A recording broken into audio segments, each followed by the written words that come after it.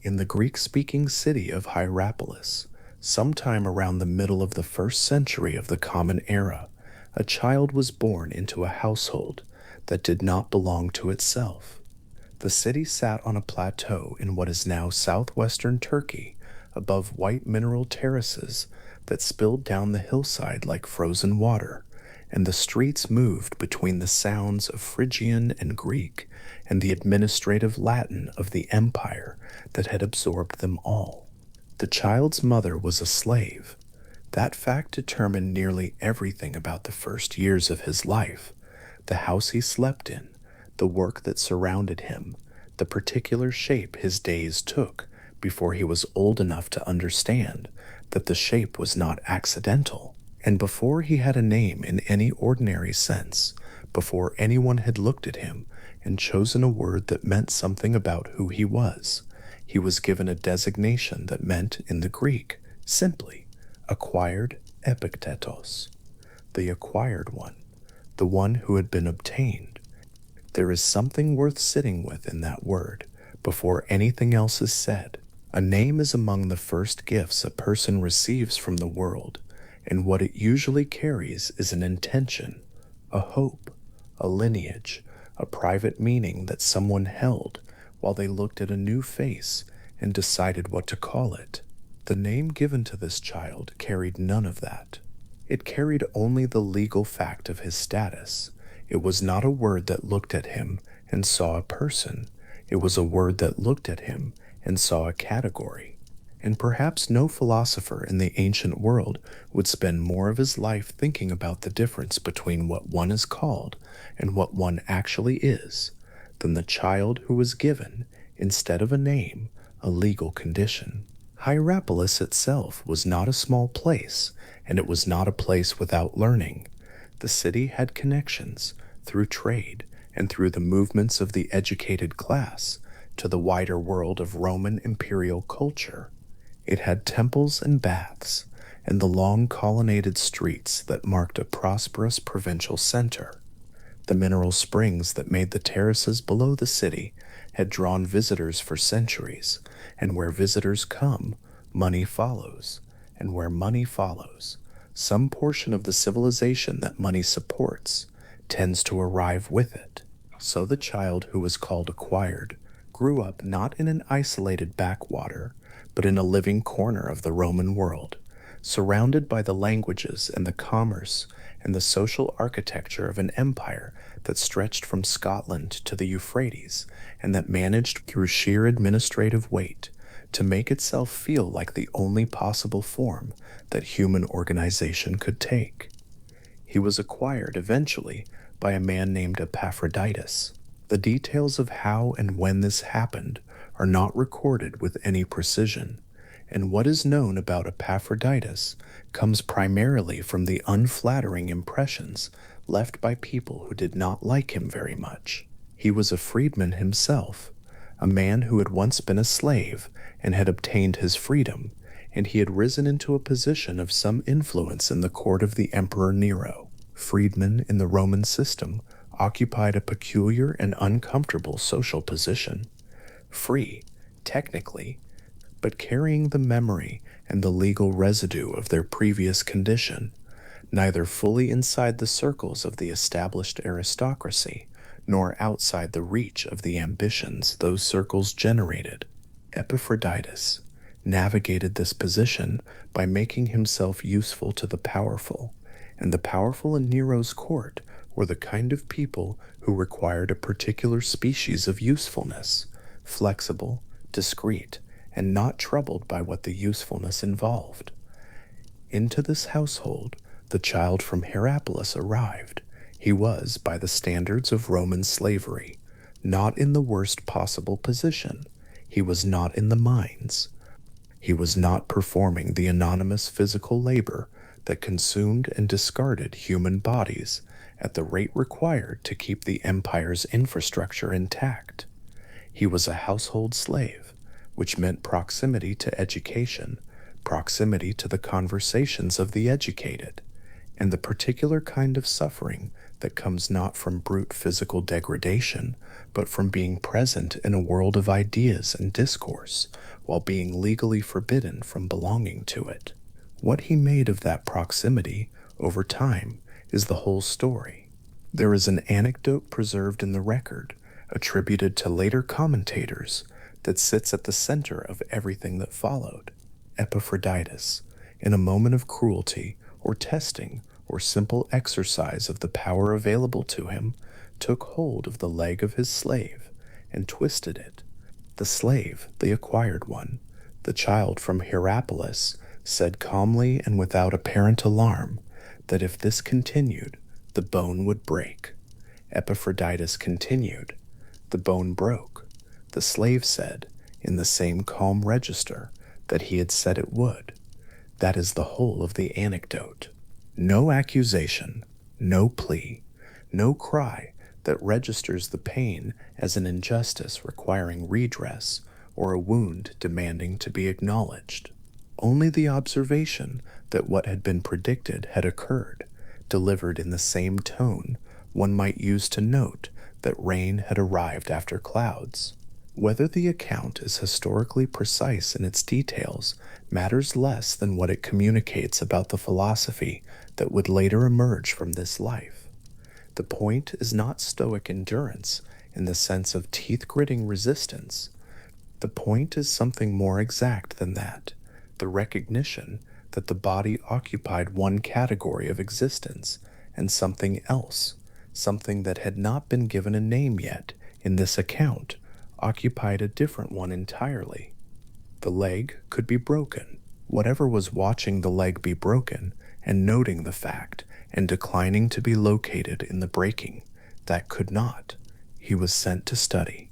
This is one of the more remarkable facts in the record, and it is not entirely clear what motivated it. Epictetus may have valued an educated slave as an asset.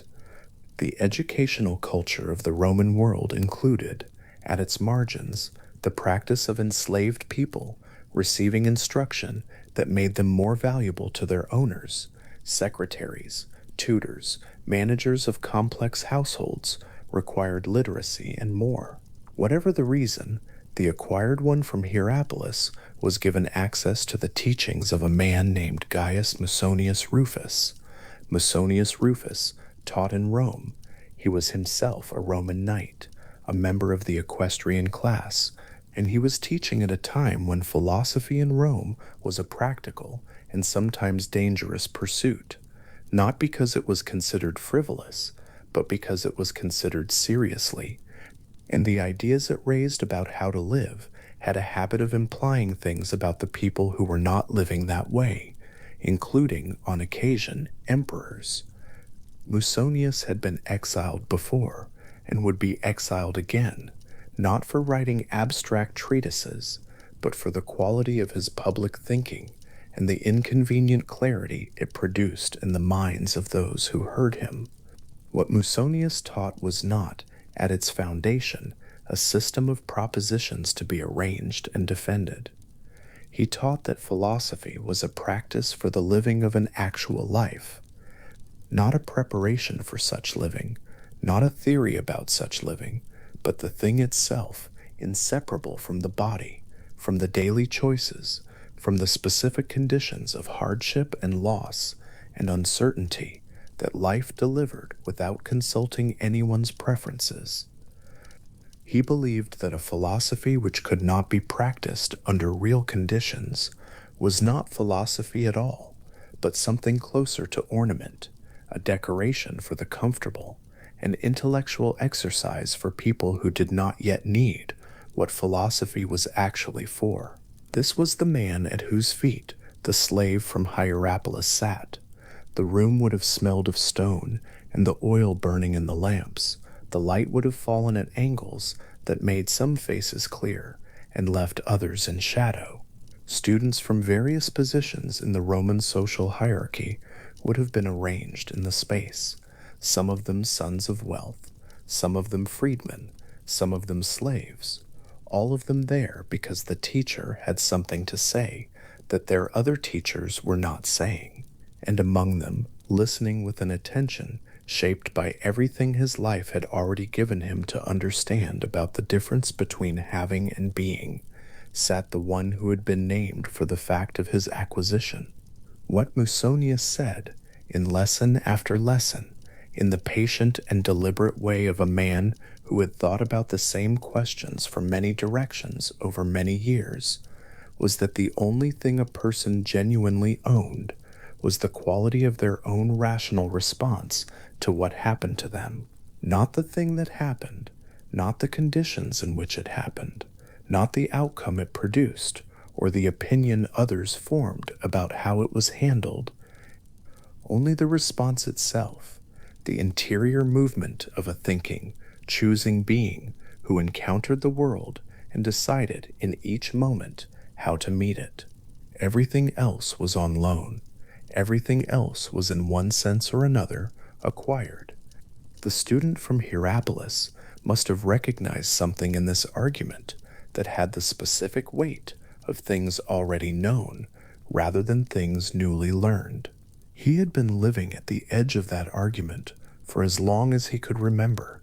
He had been, for the whole of his conscious life, a demonstration of what Musonius was describing, a person for whom the external conditions were entirely out of his own hands, who had the evidence of his own daily experience to tell him that whatever he was, it was not the property of the man who legally owned him. The philosophy did not teach him this. It gave him a way to say it. It gave him a tradition to place it in, a vocabulary for what he had already, in some inarticulate and unsystematized way, been living. He was freed at some point. The date is not certain, and the circumstances are not recorded. Epaphroditus may have died, which would have affected the legal status of his slaves. The expulsion of philosophers from Rome under the Emperor Domitian around 89 CE found Epictetus, already a freedman, already teaching, already forming the circle of students that would carry his thinking forward. The expulsion, which was directed at philosophers as a class and seemed to carry the unspoken anxiety of an emperor who understood that people who thought carefully about how to live were also thinking, carefully and unavoidably, about the quality of his own life and the lives of those around him. That expulsion sent Epictetus west and south to the Greek city of Nicopolis on the Adriatic coast of what is now northwestern Greece. Nicopolis was a city built by Augustus after the Battle of Actium, a deliberate foundation on a coast that had witnessed the conclusion of the Roman civil wars. It was Greek in its culture and Roman in its administrative framework, a hybrid place at the edge of the Greek-speaking world, with a harbor and markets, and the kind of open space that a man without property or patron could use, if he chose, to build something from nothing. Epictetus chose it. He spent the rest of his life there.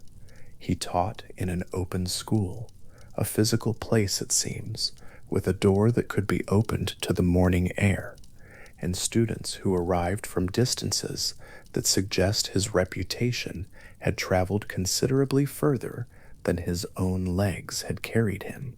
He owned very little. The record mentions a house of minimal description, a lamp that became, in later anecdote, a small symbol of the philosophy itself.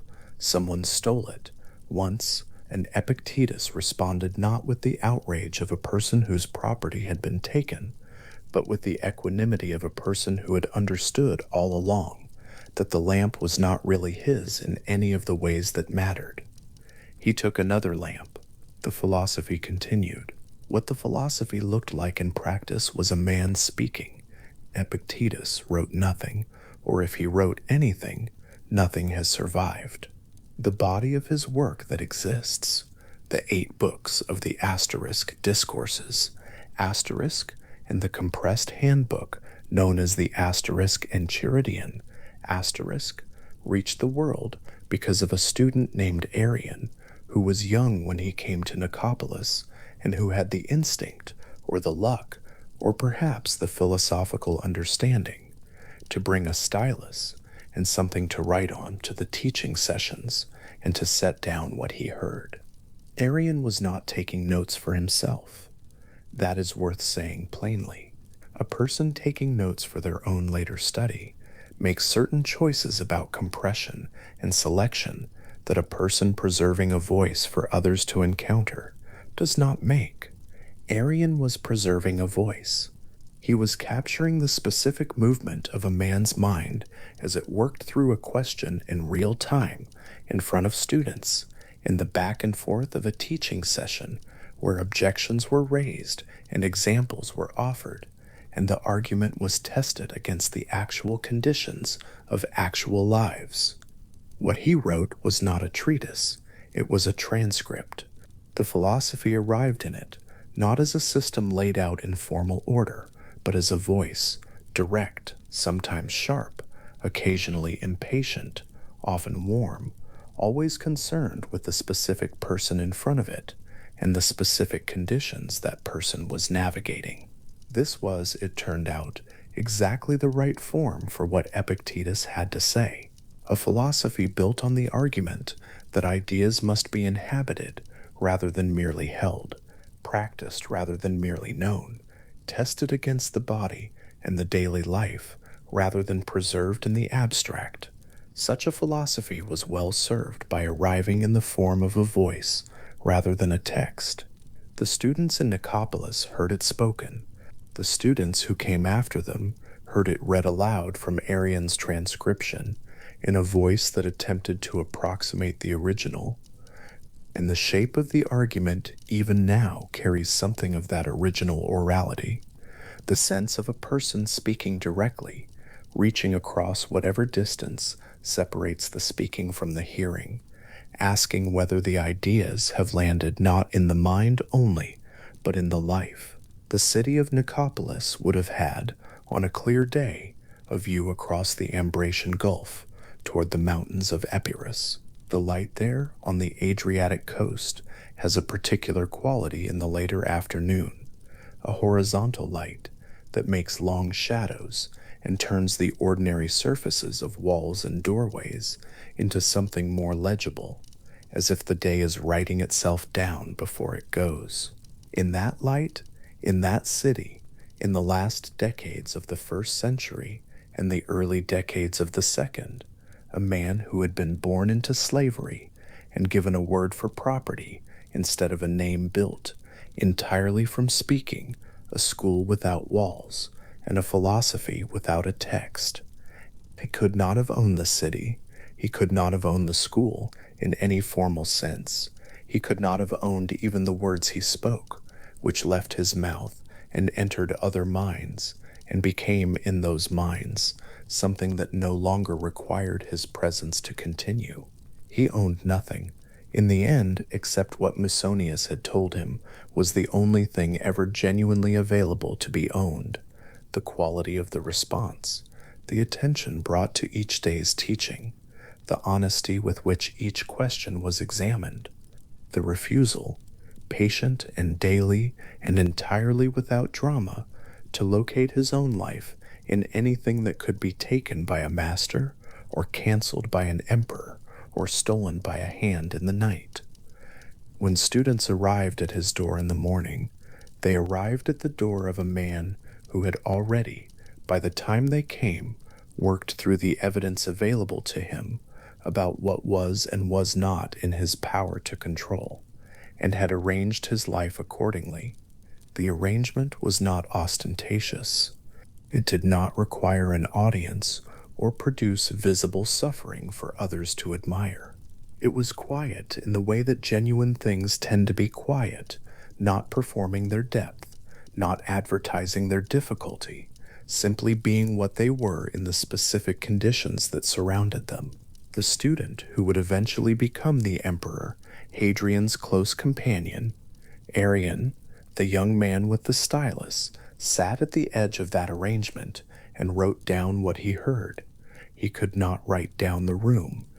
He could not write down the particular quality of a voice that had learned, over a full lifetime of practice, to speak about what mattered without urgency and without performance. He could write down the arguments. He could write down the examples, the exchanges, the specific moments when an idea was turned in the light and a new facet became visible. He could write down the name that the teacher used when he addressed a particular student and the way the question was shaped, so that the student would have to find the answer himself rather than receive it from outside. What Arian captured, word by careful word in a room in Nicopolis, was not the private reflection of a philosopher writing for himself. It was the public practice of a man whose entire argument was that philosophy is not a private matter, that it lives or dies in the encounter between a thinking person and the specific conditions of their actual life. The transcription was an act of philosophical fidelity. It said in its existence, this voice, this argument, this way of meeting the world's conditions without flinching, this should not be lost when the voice stops speaking. Let it continue. Let it find the people who need it. And so it did.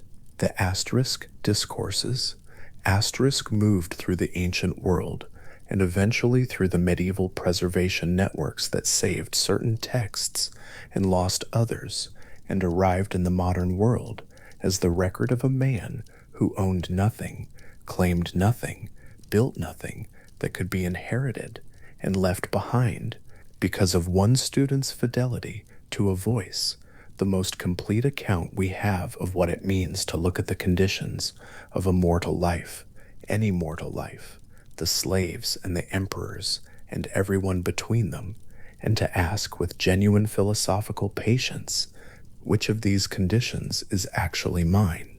The lamp in Epictetus's house was stolen. He took another lamp. The teaching continued in the morning. He did not spend the night rearranging his sense of who he was around the absence of the first lamp, because the lamp had never been the location of who he was. That location, if it can be called a location, if a place entirely interior and entirely non-spatial can take a word that implies geography, had been found, worked out, tested, and inhabited over the course of a life that had provided, from its first word onward, every possible reason to look for it somewhere it could be taken. He had been given, at birth, a word meaning acquired. He spent his life working out what that meant about the nature of ownership, what can be acquired and what cannot, and what the difference between those two categories implies for the question of how to live. By the time Arian sat down at the edge of the teaching circle with his stylus and his wax, the question had been lived into, rather than merely thought through, and what Arian was writing down was not an argument. It was the record of what an argument looks like when it has been inhabited for long enough to become a life.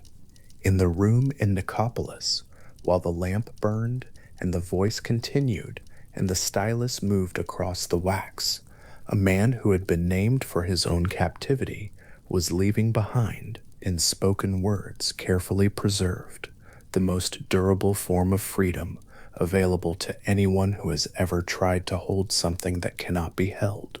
Not the freedom of absence, not the freedom of a man who has nothing to lose because he never had anything, but the freedom of presence, the quality of attention brought to what is actually given, the refusal to be elsewhere in the mind, the willingness to be here, in this city, in this room, with this student, in this moment, speaking about what matters, without the need for anything in the external world to be different from what it is. The stylus moved. The words settled into their wax channel. Outside, the light of Nicopolis lay across the gulf at whatever angle the afternoon had brought it to, and the mountains of Epirus stood at their accustomed distance, neither acquired nor lost, simply there, the way all things that have been properly understood are simply there, neither threatening nor demanding, present in the way that what has been genuinely accepted is always present, without weight, without urgency, without the particular restlessness of things whose nature has not yet been clearly seen. In a lamplit room, a young man unrolls a short papyrus scroll. The lamp flame bends once and then steadies. The text is brief, shorter than he expected, for something he has been told will change the way he sees everything. And the first words arrive before he has settled into reading, before he has prepared himself in any way, before he has decided what he thinks. Asterisk. Some things are in our control, and others not. Asterisk. He reads it again. The Greek is plain, almost bare, the kind of sentence that a person might pass over in another context, searching for something more elaborately constructed. But there is nowhere to pass over to. The sentence holds its ground. It does not explain itself or reach toward him. It simply states what it states, and in the stating, something in the room changes. Not dramatically, not with the quality of revelation, but with the quality of a window opened in a wall that he had not known was a wall. The scroll is the asterisk enchiridion asterisk, the handbook. It is short enough to be carried in a soldier's pack or a merchant's satchel or a student's worn leather bag.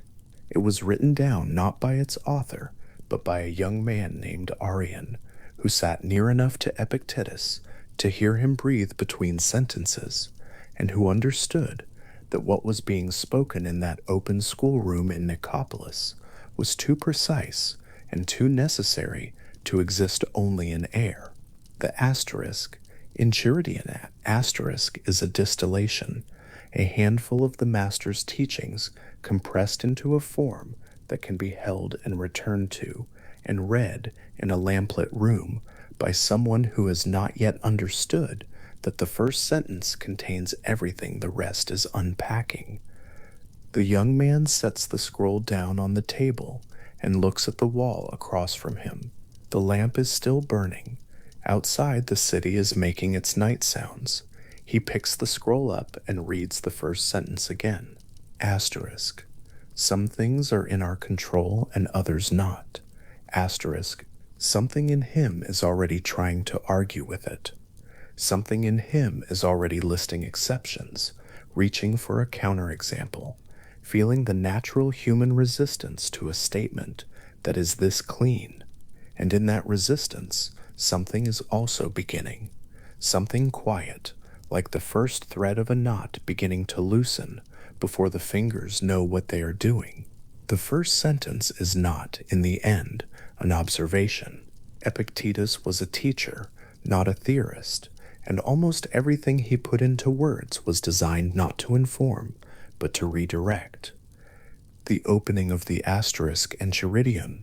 Asterisk functions less like a proposition and more like a reorientation, a command to the eyes to look in a different direction than the one they have been trained, by habit and by hope, to look. Most people spend their days in a state of confusion about this division, not because they are unintelligent, but because the confusion is built into the texture of ordinary life. The world continuously presents outcomes, reactions, impressions, and consequences as though they were available to be controlled, and a person can go a very long time trusting that impression before the evidence forces a different reading. What Epictetus is reaching toward in that first sentence is a boundary, not a physical boundary, not a legal one, but a metaphysical one, a dividing line that runs through every life and that most lives never quite locate. On one side of the line, opinion, impulse, desire, the act of choosing. These are the practitioner's own. On the other side, body, reputation, property, political office, the opinions of other people, the outcomes of plans that touch the external world.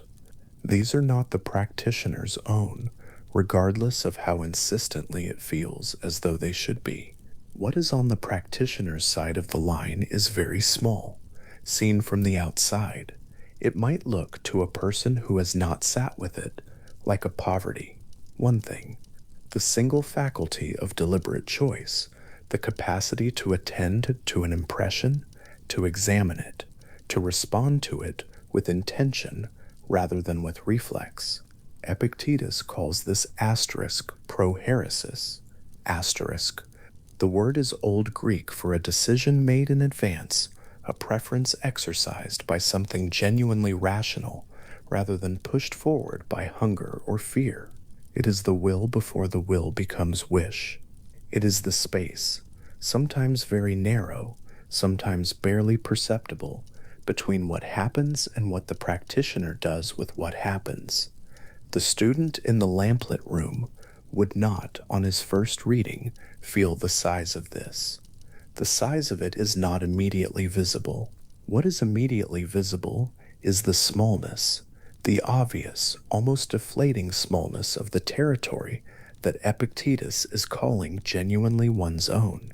The whole of life's complexity, and what is left after the cutting away, is one faculty, one capacity, one small flame of deliberate attention that burns in the exact same way, whether the person holding it is a senator or a slave.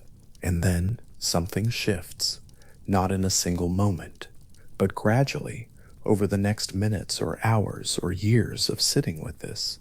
The smallness begins to look different.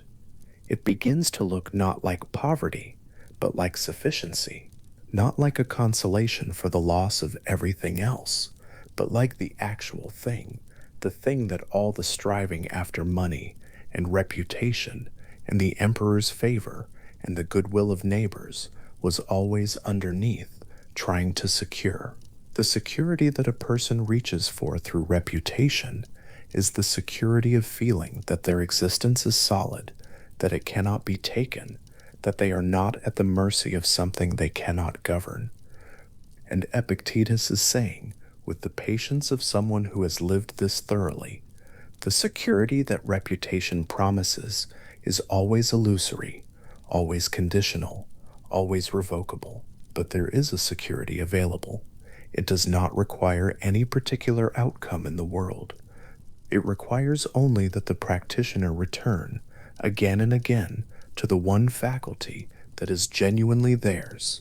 In Nicopolis, when Epictetus taught, he would sometimes gesture. His students described it later, the way he would point toward his own chest and then toward the open door of the schoolroom, the motion deliberate and unhurried, as though the distinction he was drawing deserved to be given physical form. Inside, he was saying, outside.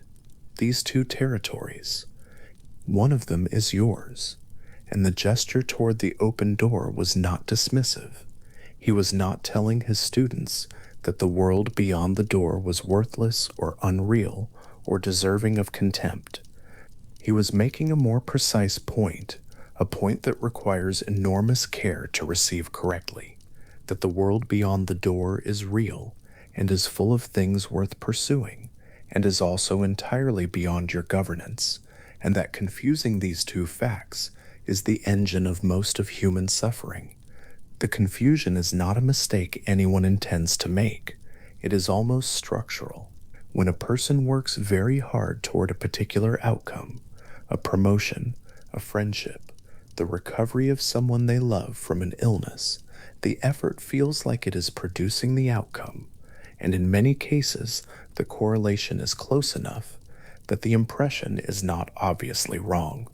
But the outcome is not produced by the effort. The outcome is influenced by the effort, sometimes substantially, but it is also influenced by 100 other things: weather, timing, other people's decisions, the body's own stubbornness, the movement of markets, or of politics, or of someone else's mood on an afternoon that seemed to have nothing to do with any of it. The effort is the practitioner's own. The outcome is not. Epictetus is not saying that effort is pointless. He is making a finer cut than that, and the fineness of the cut is what makes the philosophy useful rather than paralyzing. What he is saying is that the practitioner who expends effort in a genuinely honest way, who pursues the preferred outcome with full attention and genuine virtue, who does everything within their power, and who does this without confusing the exertion with a guarantee that practitioner is in a position to receive any outcome, good or bad, without being destroyed by it. The failure, if it comes, has not reached the part of the person that is actually the person, and the success, when it comes, is received as a gift rather than as a vindication, which means it can be enjoyed honestly, and then, when it passes, released without catastrophe. Somewhere in the city where Epictetus once taught, a Roman citizen lies awake before the first light. This is not imaginary. It is the ordinary condition of the ordinary ancient morning, when the body wakes before the sun, and the mind, freed from the brief mercy of sleep, begins its accounting. The accounting goes like this: what do I have, and is it enough, and what is at risk, and what will happen if the thing I cannot control moves in the wrong direction? The accounting is not frivolous. The concerns are real, rank and property, and the goodwill of those with power over one's future are genuinely consequential in a world where all of these things can be revoked without warning. And lying there in the gray pre-dawn, the mind runs its calculations with the efficiency of something that has been running them for years. Into that particular quality of wakefulness, where everything feels contingent and nothing feels stable, Epictetus's question arrives, not as a comfort, not as a reassurance, not as the false soothing of someone who does not know the risks are real. It arrives as a genuine question, the kind that requires an honest answer rather than a hopeful one. Which of these things that the accounting is running over, which of them was ever actually yours to determine? The rank, was it yours? The favor of the right people at the right moment contributed to it. Inheritance or intelligence, or the capacity for loyalty under pressure, all of these played a role, but the final word on it was never in the citizen's hands. The emperor's mood, the shifting political wind, a conversation overheard or not overheard in the right courtyard at the right hour. The rank was real. The effort to achieve it was real. But the rank itself, the external fact of the position and the safety it seemed to promise, was never owned in the way the accounting assumed it was owned. The mind, discovering this honestly, does not become peaceful automatically. There is a resistance that precedes the peace, and it should be acknowledged honestly rather than papered over. The resistance says, but I need these things. The resistance says, philosophy is easy for someone who has already lost what mattered. The resistance says, the distinction between what I can and cannot control is very fine and very cold, and does not warm a person in the pre-dawn darkness when everything feels at risk. Epictetus knew this resistance. He did not dismiss it. What he said, and said repeatedly, to students who came to him with exactly this objection, was that the discipline is not a feeling that arrives. It is a practice that is built. The distinction between what is genuinely one's own and what is not does not land in the mind as a sudden relief. It is cut slowly by returning to the question again and again in the ordinary moments when it is uncomfortable, rather than in the moments when comfort is already present and the question is easy. The relief comes later. The peace comes after the practice has been long enough at work that the constant background reaching of the mind toward outcomes it cannot govern has begun to slow. There is a word in the Greek philosophical tradition that Epictetus inhabited and that he bent in the direction of practice for the things that the reaching is reaching toward. They are *adiaphora, indifferent things. The name sounds cold, and it has been misread as cold, but what it actually names is a precise metaphysical classification rather than an emotional stance. To call health an indifferent thing is not to say that illness is pleasant or that the body's suffering is beneath notice. It is to say that health, however real and however genuinely worth pursuing, does not determine the practitioner's moral standing. A sick person can be virtuous, a healthy person can be corrupt. The condition of the body does not settle the condition of the person, and the condition of the person, for Epictetus, is the only question that genuinely matters. The same holds for wealth.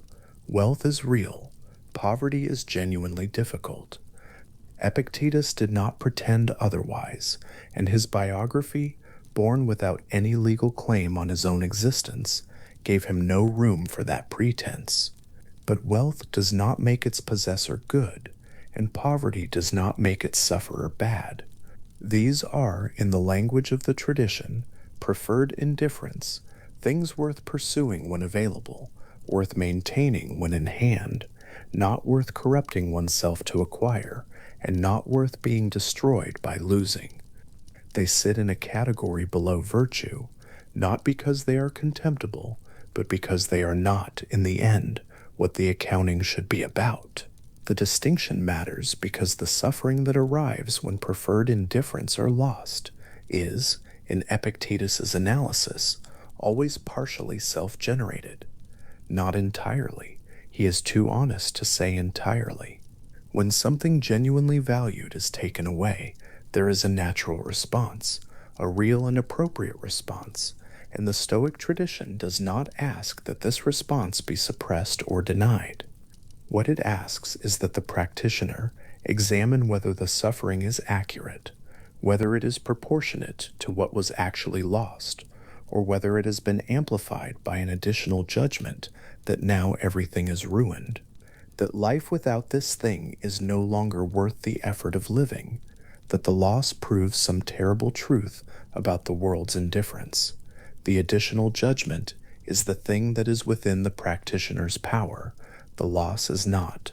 And in the space between the loss and the additional judgment, in that narrow and sometimes barely visible space, is where the discipline lives. A practitioner, sitting with this in the ordinary course of an ordinary day, begins to notice something specific about their own mind.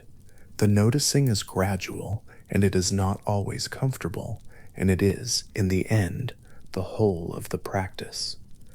What is noticed is the precise moment when the mind begins reaching, when it extends itself forward into a future it cannot determine, or backward into a past it cannot change, and grips something as though grip were the same as governance. The mind, in its reaching, is completely sincere. It genuinely believes that worrying about the outcome constitutes some form of influence over it. It genuinely believes that rehearsing the worst possibilities is a kind of preparation that will make those possibilities less terrible if they arrive. Epictetus does not argue against the sincerity. He simply points, again with that deliberate, unhurried gesture, to the result.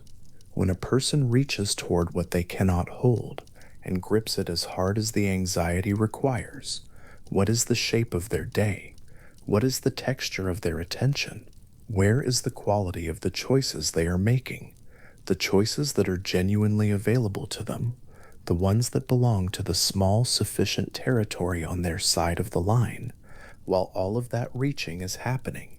What the discipline asks, and what makes it demanding in exactly the way that anything worthwhile is demanding, is a repeated act of return, not a single act, not a decision made once in a moment of philosophical clarity that then holds indefinitely against the pressure of ordinary life. The reaching begins again and is noticed again, and the practitioner returns again, gently and without self-reproach, to the actual question, what, in this moment, is genuinely mine to do? The gentleness matters. Epictetus did not teach a philosophy of punishment. There is no productive version of the morning accounting that adds to it. After the worry, an additional layer of judgment about the worrying. The mind that reaches toward what it cannot control, and then berates itself for reaching, is performing the same error twice, substituting a self-critical emotion for the calm examination that would actually be useful. The return is quiet. It does not announce itself. It is simply the practitioner noticing that the hands have closed around something that was never theirs to hold, and without drama, without judgment, without the requirement that it should not have happened, opening them. In Nicopolis, there were students who came to Epictetus from positions of considerable privilege. There were young Roman men of good family, people who stood to inherit wealth and political connections, people for whom the question of what could be taken away was not abstract, but present and urgent in the specific way that power and its revocability make things urgent.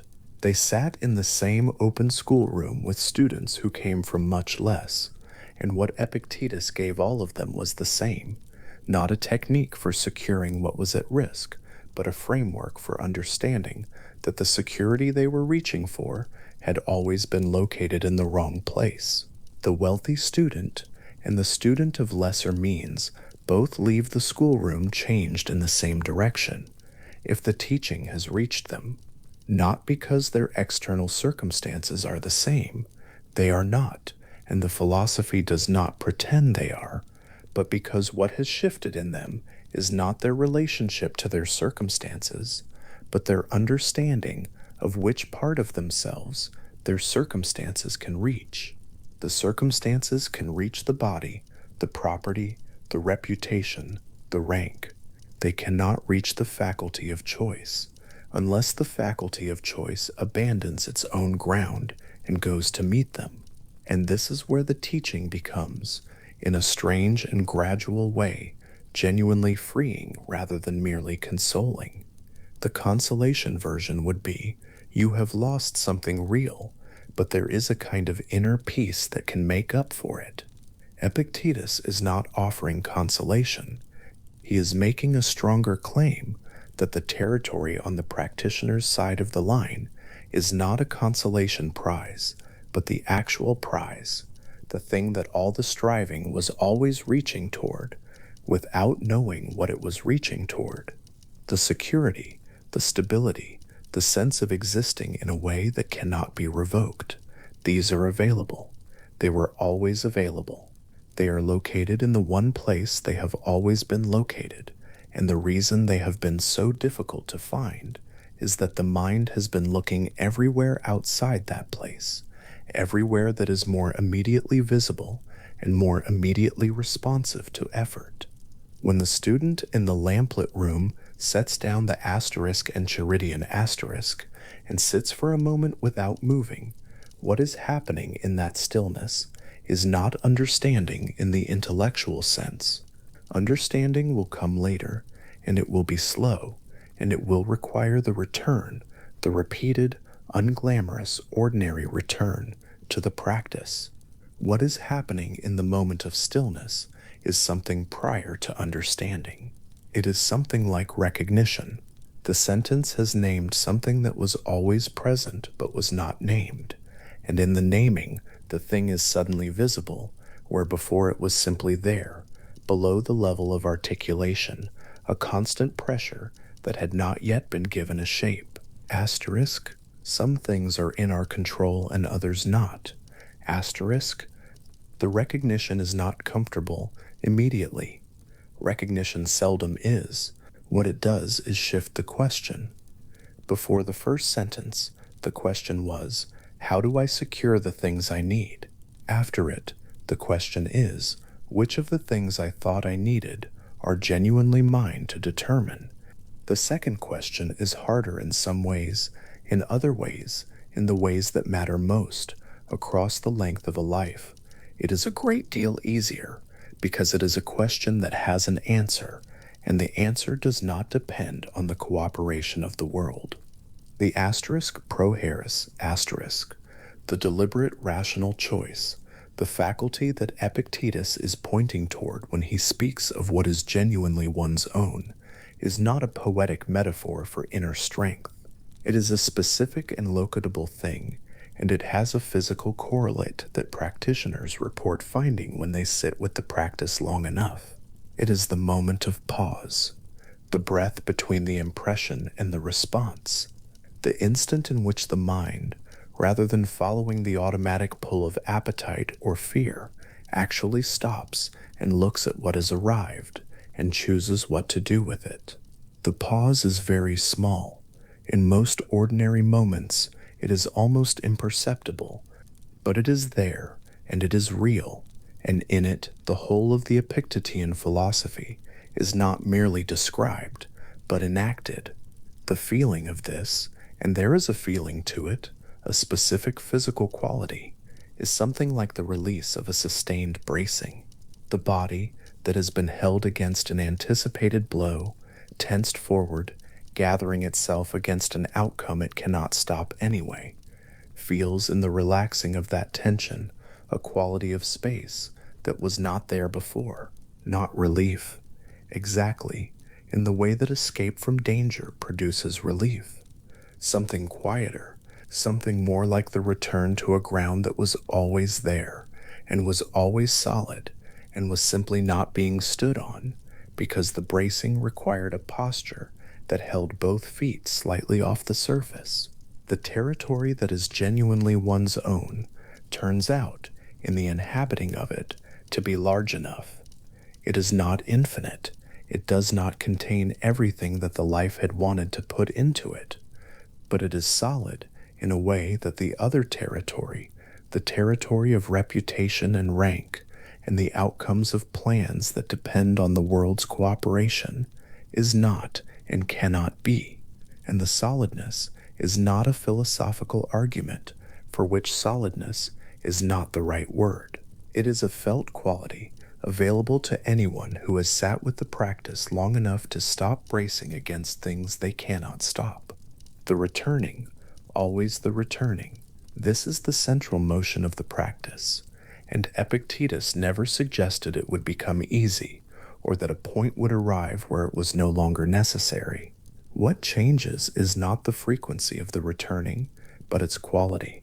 The early practitioner, noticing that the mind has reached again toward what is not its own, brings with the noticing a residue of frustration or self-judgment that adds its own small weight to the work. The practitioner who has been at it longer returns with something closer to equanimity, not the equanimity of someone who has stopped caring, but the equanimity of someone who has returned enough times that the returning itself has become a form of confidence, a lived knowledge that the ground is there and will be there, and that the brief moments of reaching are not betrayals of the practice, but simply its necessary occasions. There is a subtlety in this that requires care to hold. The discipline of returning to what is genuinely one's own is not the same as passive acceptance of whatever arrives. Epictetus made this distinction explicitly and returned to it often enough that it must have been the most frequent misreading his students brought him. A practitioner who understands the dichotomy of control and uses it to excuse inaction, where action is available and appropriate, has misread the teaching fundamentally. The territory on the practitioner's side of the line includes effort, includes deliberate action toward preferred outcomes, includes the full exertion of everything the practitioner actually has available. What it excludes is the attachment to outcomes that lie beyond that exertion, the demand that the world honor the effort by delivering the preferred result. This is not a comfortable distinction to make, and it is not a comfortable one to live. But it is the distinction that makes the philosophy honest rather than merely calming, a philosophy that simply said, accept everything, resist nothing, the outcomes do not matter. That philosophy would be a sedative, not a teaching. What Epictetus says is different and harder. Do everything that is genuinely yours to do, with full attention and genuine virtue, and then release the outcome with open hands, because the outcome was never in those hands to begin with. In the lamplit room, the young man picks up the scroll again. He reads past the first sentence now, into the territory that follows it, where Epictetus begins to specify the sickness that is not an obstacle, the magistrate who cannot reach the will, the reputation that neither confirms nor destroys the person who holds it. The examples are specific and patient, and read slowly, they begin to do something to the quality of the room. Not loudly, the lamp is still burning in the same way. The city is making the same sounds, but the room somehow has acquired more space than it had when the reading began. The philosophy does not promise to remove difficulty from a life. It promises something smaller and more honest, that the difficulty, whatever form it takes, will only reach as far as the practitioner allows, and the allowing or the withholding of it belongs entirely to the side of the line where the practitioner actually lives. The scroll is shorter than the student expected. The ideas inside it are very old, and they arrived from a specific life lived under conditions he can barely imagine, and they have been traveling toward this lamplit room for a very long time, and they arrived without announcement in 12 plain Greek words before he had decided what to think. He sets the scroll down again. His hands are resting in his lap, which is where they have been for most of the reading. In the resting of them, they are not braced, not gripped, not reaching toward anything the room does not already contain. There is something he cannot quite name, and that inability to name it is not a deficiency, but a kind of accuracy. The name for it will come later, in the repeated practice, in the unglamorous returning. What is there now, in the lamplit room, with the scroll on the table, and the city quiet outside, is the first and quietest version of a recognition that will take years to deepen, that the hands resting open are already doing something, not gripping, not demanding, not insisting that the night deliver anything other than what the night already is. The release is not something that happens once. Like the returning, it happens again and again, each time the hands have closed around something they were never required to hold. But in each releasing, in each small and ordinary act of opening what had been closed, there is something present that cannot be taken because it was never located in what was released. It was located in the releasing itself, in the act, in the faculty that made the act possible, in the one small and sufficient and genuinely owned thing that Epictetus spent an entire life pointing toward. Not toward the world beyond the open door, with all its preferred indifference, and its contingencies, and its daily revisions of what seemed permanent. Toward here, toward the hands at rest, toward the space between what arrives and what is chosen, which is the only space that was ever, in any meaningful sense, the practitioner's own. Marcus Aurelius was somewhere on the Danube frontier when he picked up his stylus and wrote to himself, in Greek, in a journal no one was meant to read, that he should love what had been assigned to him, not accept it, not endure it, love it. The distinction mattered to him enough to return to it, in different words, across the years of that private record. A man who commanded the largest military force in the known world, sitting alone in a tent at the edge of the empire, reminding himself to want what was already here. The journal was not written for an audience. It was written the way a physician writes notes about a difficult patient, precise, honest, unconcerned with how the diagnosis will sound to someone else. Marcus had been trained in philosophy the way other emperors were trained in rhetoric or warfare, and the training had left him with a discipline he practiced with the same regularity that other men sharpened their weapons. He had studied Epictetus's recorded words carefully, the lectures taken down years before by a young man named Arian, sitting at the edge of a teaching circle in a provincial Greek city. What Marcus found there was not consolation.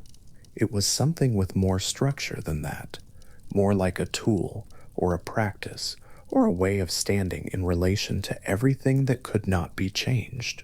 The specific instruction Marcus wrote down for himself that night had a Stoic lineage reaching back through Epictetus and behind him to earlier thinkers who believed that the universe was not an indifferent chaos, but a rational order, and that a human life spent in alignment with that order was the only life that could honestly be called well lived. Marcus was not naive about this claim. He had watched plague move through his cities. He had buried a son. He had fought wars. He had not chosen on frontiers that never seemed to settle. When he wrote about loving what was given, he was not writing from a position of comfortable abstraction. He was writing from the middle of a life in which the losses were real and the constraints were not metaphors. What the philosophy offered was not a way of pretending the losses were something other than losses. That would have been too simple, and Marcus was not a simple thinker. What it offered was a particular reorientation, a way of standing in relation to the given that changed nothing about the facts and everything about what those facts required of the person living inside them. The phrase that kept returning in his notes was something close to this, that the obstacle in the path becomes the path. Not that obstacles are secretly good, not that suffering is a gift in disguise, but that the thing resisted, once genuinely stopped resisting, reveals a direction that was always available and had simply been obscured by the effort of fighting it. Epictetus had described this through an image that his students in Nicopolis would have recognized immediately from their own experience of the theater. Life, he suggested, is a performance in a play whose script has already been written. The author, the rational order of the cosmos, what the Stoics sometimes called Zeus, sometimes called fate, sometimes called the whole, assigns each actor a role. Some roles are long, some are brief. Some are given to kings, some to servants, some to figures who enter once and are never seen again. The actor does not write the script and does not determine the running time of the performance. What the actor determines, and determines entirely, is the quality of what they do with whatever role arrives. This was not resignation. Epictetus was careful about this, and the care was not accidental. He had seen too many students misread the teaching as permission to stop trying, to shrug at difficulty, to use the philosophy as a reason for passivity rather than a framework for genuine excellence within constraint. The theatrical metaphor is not about playing badly because the role is small. It is precisely the opposite. The smallness of the role is not a reason to withdraw effort. The smallness is exactly what makes the quality of the effort visible. The actor with 3 lines who delivers them with such precision and presence that the audience remembers them long after the leading figures have faded. The play does not need to be a tragedy to be played fully, and the quality of the playing is entirely within the actor's power, regardless of everything else. The Stoic sage, the asterisk sophos, asterisk, the perfectly wise and virtuous person that the philosophical tradition occasionally invoked, was not, in Epictetus's hands, a destination his students were expected to reach. Epictetus knew better than to offer that as a practical target. The sage was a philosophical instrument, something used for orientation rather than achievement. Think of a fixed star used for navigation at sea.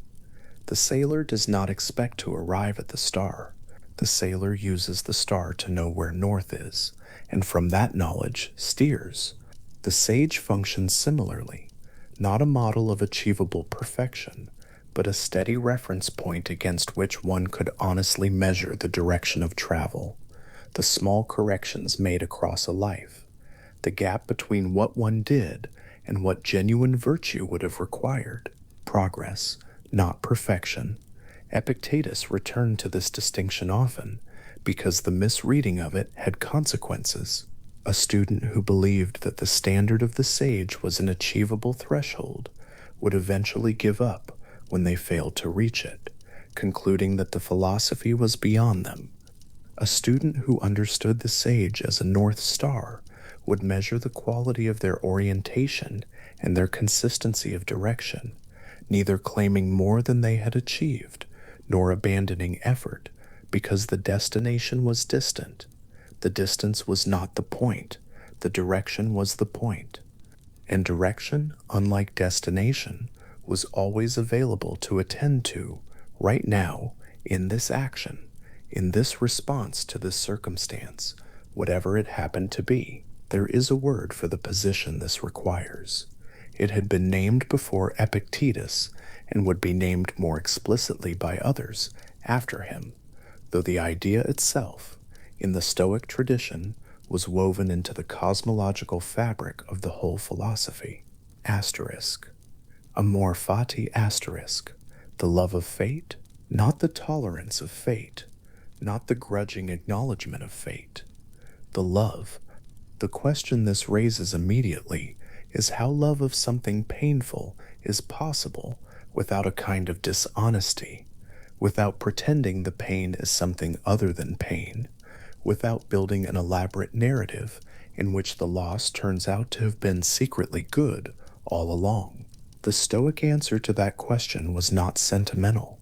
It held that resistance to what has already happened is a form of irrationality, not a moral failing, but a cognitive mistake, a misapplication of will toward a category of thing that will cannot touch. What has already happened is no longer available to be changed.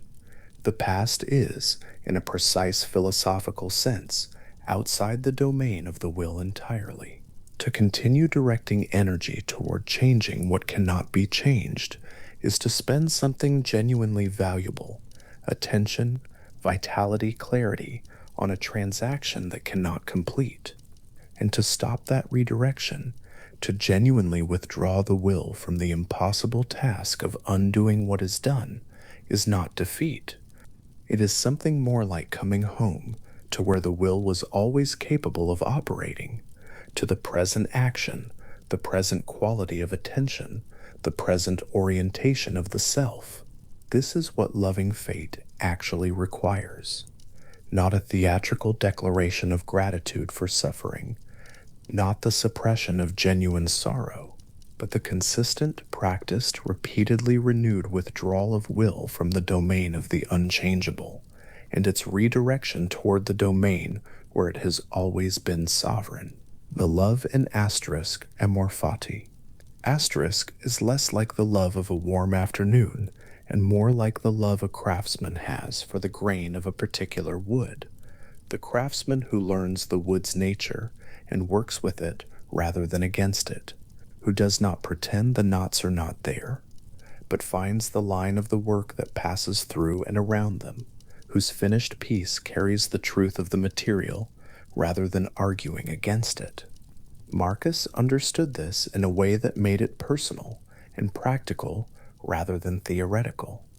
He wrote in his journal about the properties of things, how fire burns upward, how water flows down, how iron rusts in the presence of air, not as complaints about the properties of fire and water and iron, but as observations about the nature of each thing, held without resistance, understood as the operating condition of the world one was actually living in, rather than some other world one preferred.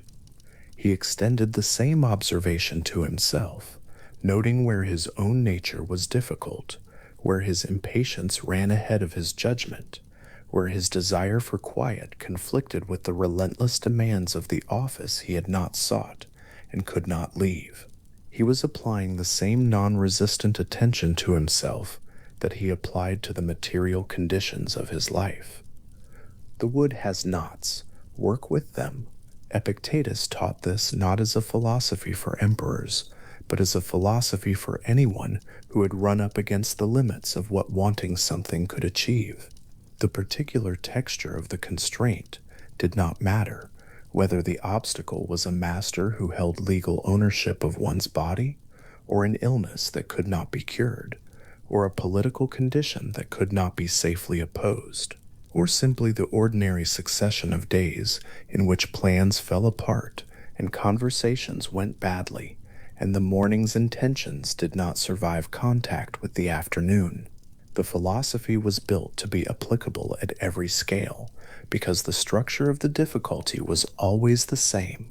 Something had occurred that was not wanted and could not be undone, and the question was what the person inside that occurrence could do with the quality of their own response. What Epictetus offered was not comfort in the sense of a reduction of discomfort. He was not particularly interested in making his students feel better in the short term. What he offered was something more structural, a reframing that once genuinely inhabited, rather than merely acknowledged, changed the location of the difficulty. The difficulty was never the event. The difficulty was the judgment about the event, the belief that the event should have been otherwise, the demand placed on reality to conform to preference. When the demand was withdrawn, not suppressed, not argued away, but genuinely released through the repeated practice of catching it and returning it to the correct domain, what remained was not emptiness or indifference. What remained was the actual capacity to act well inside whatever circumstances had arrived. There was a student in Nicopolis once, the name is not recorded, which is in keeping with how Epictetus himself thought about fame and legacy, who came to the teaching in a state of considerable distress over something that had been lost. The specifics don't matter, because Epictetus himself would have said the specifics never mattered in the philosophically relevant sense. What mattered was the structure. The student had wanted something, had been positioned to receive it, had not received it, and was now caught in the familiar cycle of rehearsing how it should have gone.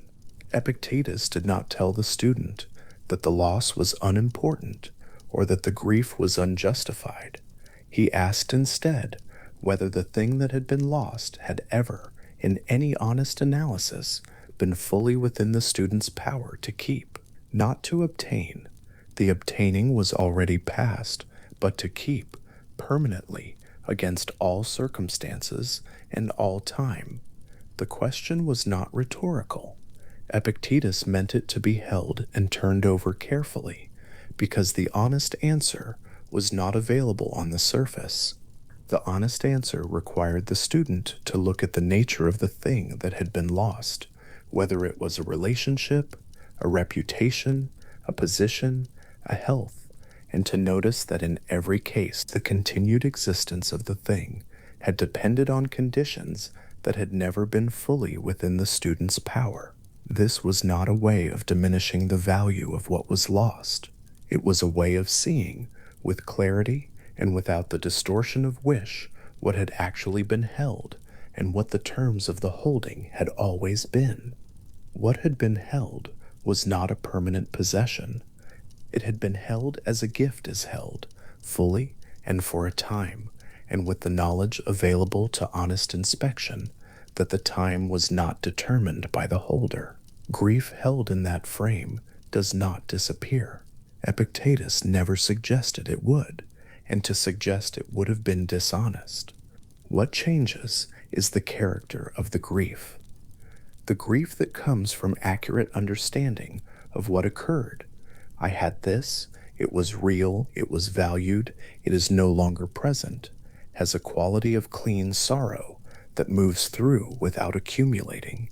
The grief that comes from the additional judgment that things should have been otherwise, that some owed permanence has been violated, that the loss itself is an injustice to be prosecuted against the universe. That grief accumulates because the prosecution never ends. The universe does not settle. The case remains open, and the person prosecuting it pays, continuously and without return, for a trial that was never going to reach a verdict. The love of fate is not asked for at the level of catastrophe first. It is asked for in the minor key, in the ordinary texture of a day, a plan that dissolved in the first hour of the morning, a conversation that arrived at a place no one had intended and left both people colder than when they began, an expectation carried into a day that the day did not meet. These are the daily practice ground, the place where asterisk amor fati, asterisk is not a grand philosophical declaration, but a quiet, repeated, small act of returning the will to the present rather than directing it backward at what cannot be changed or forward into a future that cannot yet be reached. The practice is not a single achievement. Epictetus was clear about this in a way that protected his students from discouragement. The mind reaches habitually toward the things it has been trained to reach toward: comfort, certainty, the approval of others, the continuation of what is valued. The training runs deep. It does not reverse in a single conversation or a single session of philosophical reflection. What the philosophy offers is not a permanent cure, but a practice, something performed daily, imperfectly, with patience for the imperfection. The Stoic North Star does not require perfect navigation. It requires consistent reference. And the consistent reference, accumulated across months and years, gradually changes the default orientation of the mind in the way that the consistent practice of any discipline eventually changes the body it inhabits. Marcus knew this from his own experience of trying. The journal is full of passages in which he is clearly writing the same instruction to himself that he wrote the week before, because the instruction has not yet become fully automatic, because the impatience returned, or the irritability, or the desire to be somewhere other than where he was. He was not ashamed of the repetition. The repetition was the practice was the philosophy. And the philosophy, for Epictetus and for everyone who inherited his teaching, was not a set of propositions to be memorized and then possessed, but a set of skills to be developed through use, refined through failure, and returned to, with patience, after every deviation. There was Seneca, in his later years, writing long letters to his friend Lucilius about the nature of suffering willingly received. The letters were carefully composed. Seneca was a writer of considerable craft, and the prose moves with a different rhythm than the urgency of Epictetus's spoken teaching or the private compression of Marcus's journal. But the underlying argument is the same argument applied to a different life and a different kind of difficulty. Seneca had been wealthy, politically prominent, exiled once under Claudius, recalled, elevated under Nero, eventually ordered to take his own life when the patronage turned. He wrote about all of this with a quality of attention that is striking precisely because it does not perform equanimity. It inhabits it. What Seneca found, and wrote to Lucilius about in terms that carry the weight of genuine experience, was that pain received without the additional resistance of the mind takes a different form than pain resisted.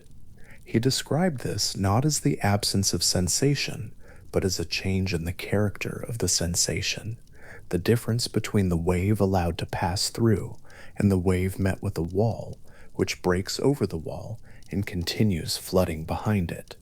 The philosophy is not an analesthetic. It does not promise that the wave will not arrive.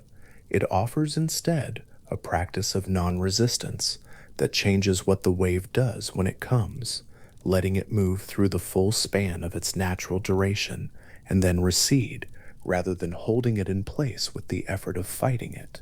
Epictetus himself had spoken about the role one plays in the larger theater of a life with a simplicity that his students sometimes found disarming.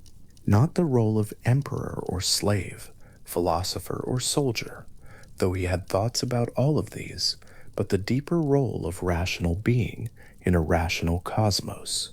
This was the role that could not be taken away, the one that remained regardless of what the external staging looked like.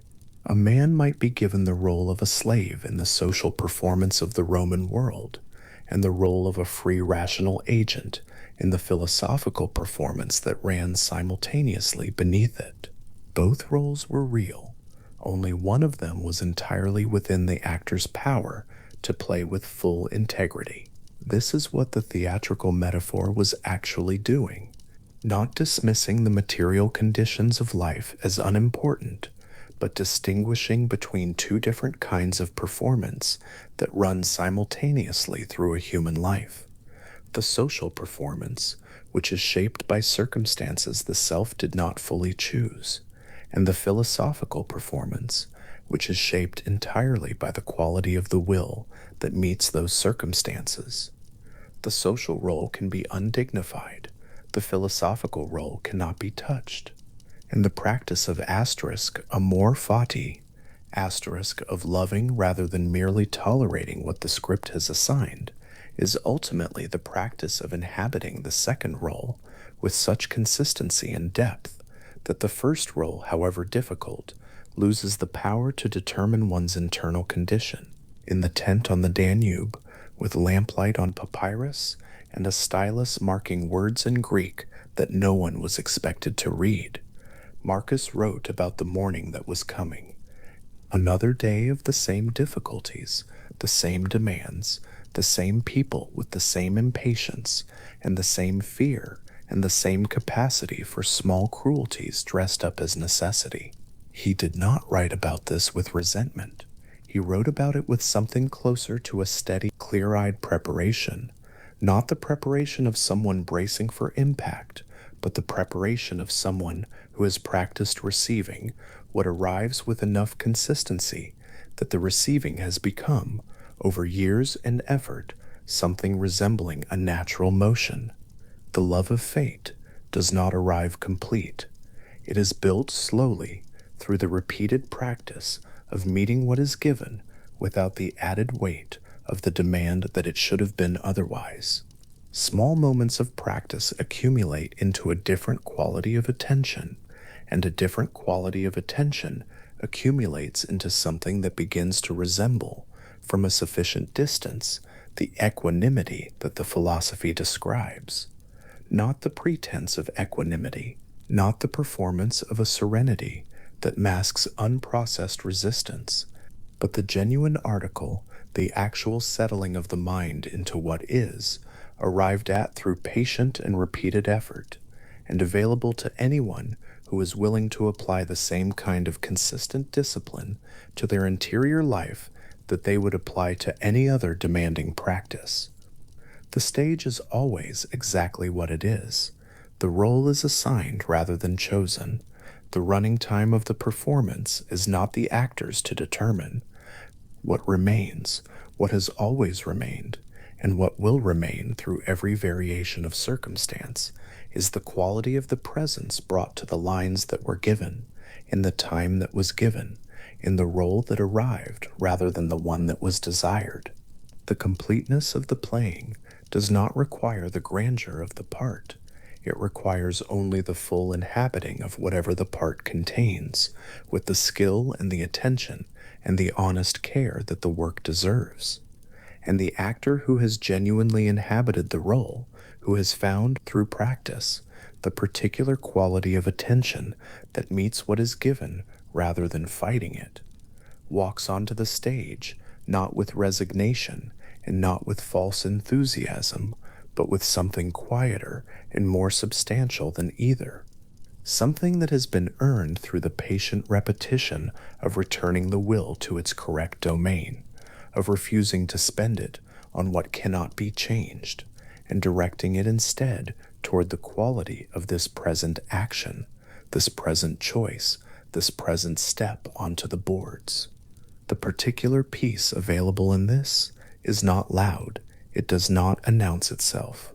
It settles into a life, the way the quality of late afternoon light settles into a room, not suddenly, not dramatically, but unmistakably, and with a quality of stillness that everything else in the room seems for a moment to rest inside. The Stoic philosophers wrote about it from their different positions. The freed slave in his provincial school, the senator in his villa, dictating letters about suffering and time. The emperor alone at the edge of empire writing instructions to himself that he would need to read again in the morning. What they each found through the practice rather than the argument was that the love of fate was not the philosophy's most demanding requirement. It was, in the end, its most available gift, available not after achievement, but within practice, not at the destination, but along the way, not when the difficulties resolved, but in the very act of meeting them, cleanly and without the added weight of insisting they should have been something else. The actor, small role and all, walked to the edge of the stage. The lines were what they were. The performance had already begun, and in the quiet moment before the first word was delivered, there was something that the audience could feel from where they sat. Not the grandeur of the play, but the fullness of the presence that had arrived to inhabit it. That fullness did not depend on the script. It had been brought to the script, and in the bringing, in that particular quality of complete attention meeting completely given circumstances, something resembling peace was simply already there, not waiting to be found, but settled quietly into the only place it had ever been, the actor standing ready, the role fully accepted, the playing about to begin, at the edge of a sleeping mat, in a room where the last light of day has gone. A figure sits with both hands resting open in the lap. The posture is deliberate. The spine is upright, but not rigid. The eyes are closed. All around, the ordinary sounds of a household settling into night, something shifting in another room, the distant bark of a dog, the slow creak of cooling timber, arrive and pass without disturbance, the way small sounds do when the mind that receives them is not urgently engaged, when the business of listening has been set aside, and all that remains is a kind of patient, wakeful stillness. This is where the evening review begins, not with a question, not with a word, but with this, a body at rest, hands open, the day still faintly present, but no longer being held. The ancient Stoics regarded this moment as one of the most important in the whole architecture of a day, not because anything dramatic was about to happen, because the opposite was true. The review was not a reckoning, not a tribunal, not an exercise in cataloging what had gone badly. It was something quieter and more specific than any of those, a careful, unhurried turning of the attention over the day's inner weather, the way a careful hand turns over earth to see what is there, without force and without expectation. Epictetus taught his students to end each day this way, not to punish themselves for what they had done wrong, and not to congratulate themselves for what they had done right, but to look honestly with the particular honesty available only when the pressure of the day has lifted and the need to perform or react or decide has temporarily ceased to press. The questions were not complicated. 3 of them in their simplest form. What did the hands reach for today that was not theirs to hold? Where did the fear arise that required no arising, that gathered itself around an outcome that was never within the practitioner's power to determine? And where in the ordinary motion of the day did something genuine appear, a careful word, a patient act, a moment of honest choice, made not from anxiety, but from something steadier and more freely given? These 3 questions, asked without drama, without the need for polished answers, make a kind of space. The day is not rejected, the day is not clung to. It is seen, and in the seeing, it begins its natural dissolution into the past where it already belongs. There is a practice woven through Epictetus's teaching that the Stoics called the discipline of desire, a phrase that sounds, in translation, more effortful than it actually is. The effort is not in suppressing what is wanted. Suppression was never the point. What Epictetus described was something more precise. The gradual, deliberate movement of desire away from the domain of outcomes one cannot determine, and toward the single domain where satisfaction is always available, where wanting something and receiving it are not separated by the indifference of the world. That domain is the quality of one's own choosing, the care and honesty and genuine attention that can be brought to any act. When desire is aimed there, it cannot be systematically frustrated, not because the practitioner has made themselves content with less, but because they have identified with real philosophical care where the good is actually located and have stopped looking for it somewhere it was never going to be found. This is not resignation to disappointment. It would be a mistake to read it that way. The practitioner still moves in the world, still prepares, still acts, still pursues what is worth pursuing. The difference is in what the pursuing is attached to. A person who wants a particular outcome will find that the world is mostly indifferent to that wanting. A person who wants to act well, to bring honesty and care and genuine attention to whatever they are doing, will find that this wanting is almost always available to be fulfilled, because the quality of action is not subject to the same indifference that governs results. The athlete who has practiced this will compete with full effort and will not be undone by a loss, because the loss, though real, does not cancel the quality of what was brought to the preparation and the field. The conversation attempted in good faith is not made worthless by the other person's coldness. The discipline of desire does not require less caring. It requires more careful attention to where the care is placed. A practitioner lying in the dark, reviewing the day, will sometimes find that most of the day's anxiety was aimed at outcomes that were never within reach to begin with. The meeting that might go badly, the letter that might not arrive, the opinion someone might form.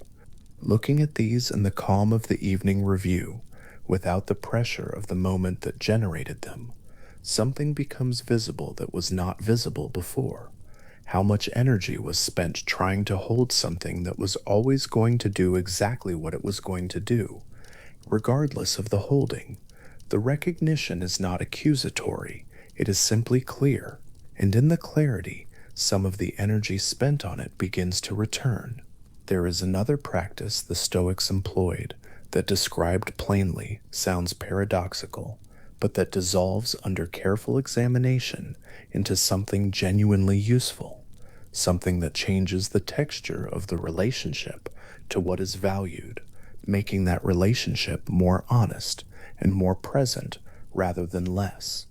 The practice involves imagining, with deliberate and quiet attention, the absence of something currently held, not brooding over it, not frightening oneself with it, simply holding the valued thing in the mind and allowing, beneath the image of it, the acknowledgement of its impermanence, the face of a friend, the warmth of a home, the particular quality of light in a room one loves, and beneath each of these, almost like a bass note beneath a melody, the acknowledgement, this is mortal, this is temporary, this is given rather than owned, and the love that is here does not require permanence to be real. The Stoics called this premeditation of adversity, a phrase Seneca uses in letters to Lucilius, and that Epictetus returns to in his own way, from his own conditions. What it produces, when practiced without self-punishment and without catastrophizing, is not dread, but something closer to its opposite. The person who has allowed the thought of loss to pass through the mind quietly, without flight from it, has already done something important. They have met the fear and found that the meeting is survivable. The dread anticipated is almost always larger than the dread actually encountered, and the practice of premeditation works precisely because it brings the feared thought into the controlled conditions of the present moment, where the mind is stable and grounded rather than leaving it to arrive without preparation. What is met deliberately does not arrive as ambush. More than that, the practice changes the quality of the present relationship to the valued thing. A friendship recognized as impermanent is not a diminished friendship. It is, if anything, more fully felt, more honestly inhabited, because it is no longer contaminated by the anxiety of trying to make it permanent, or by the suppressed awareness of mortality that tends to go on running beneath the surface of any love that has not looked honestly at what it is.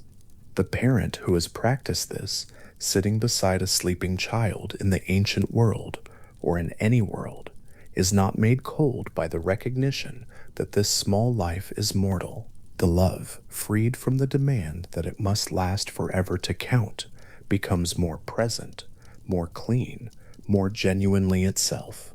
This is what the evening review does when it reaches the category of loss. The day may have held one, something that did not arrive, something that passed, someone who moved away. Epictetus's instruction to his students was not to push such things aside, not to insist on their smallness, not to perform a toughness that was not there. It was to look at the loss carefully enough to ask a single precise question. Where did the grief arise from accurate understanding of what was real, and where did it arise from a false belief about what was owed? This is a distinction that matters enormously in practice. Sorrow for the loss of something genuinely good is an honest response. The Stoics did not forbid it. The wave of sorrow that passes through when something is truly gone is a natural motion of the mind, and fighting it is both futile and unnecessary.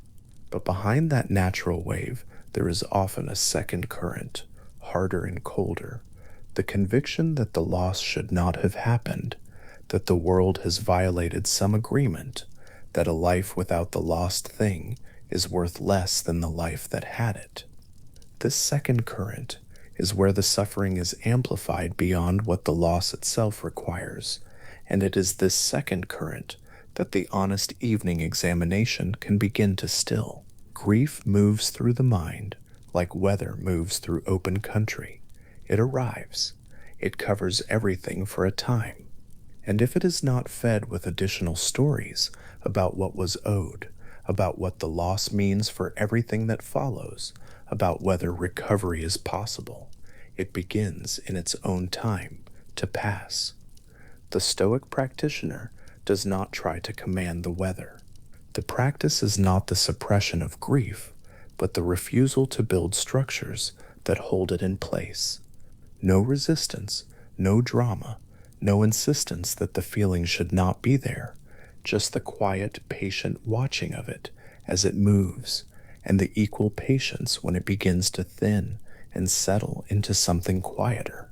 What Epictetus called asterisk apatheia.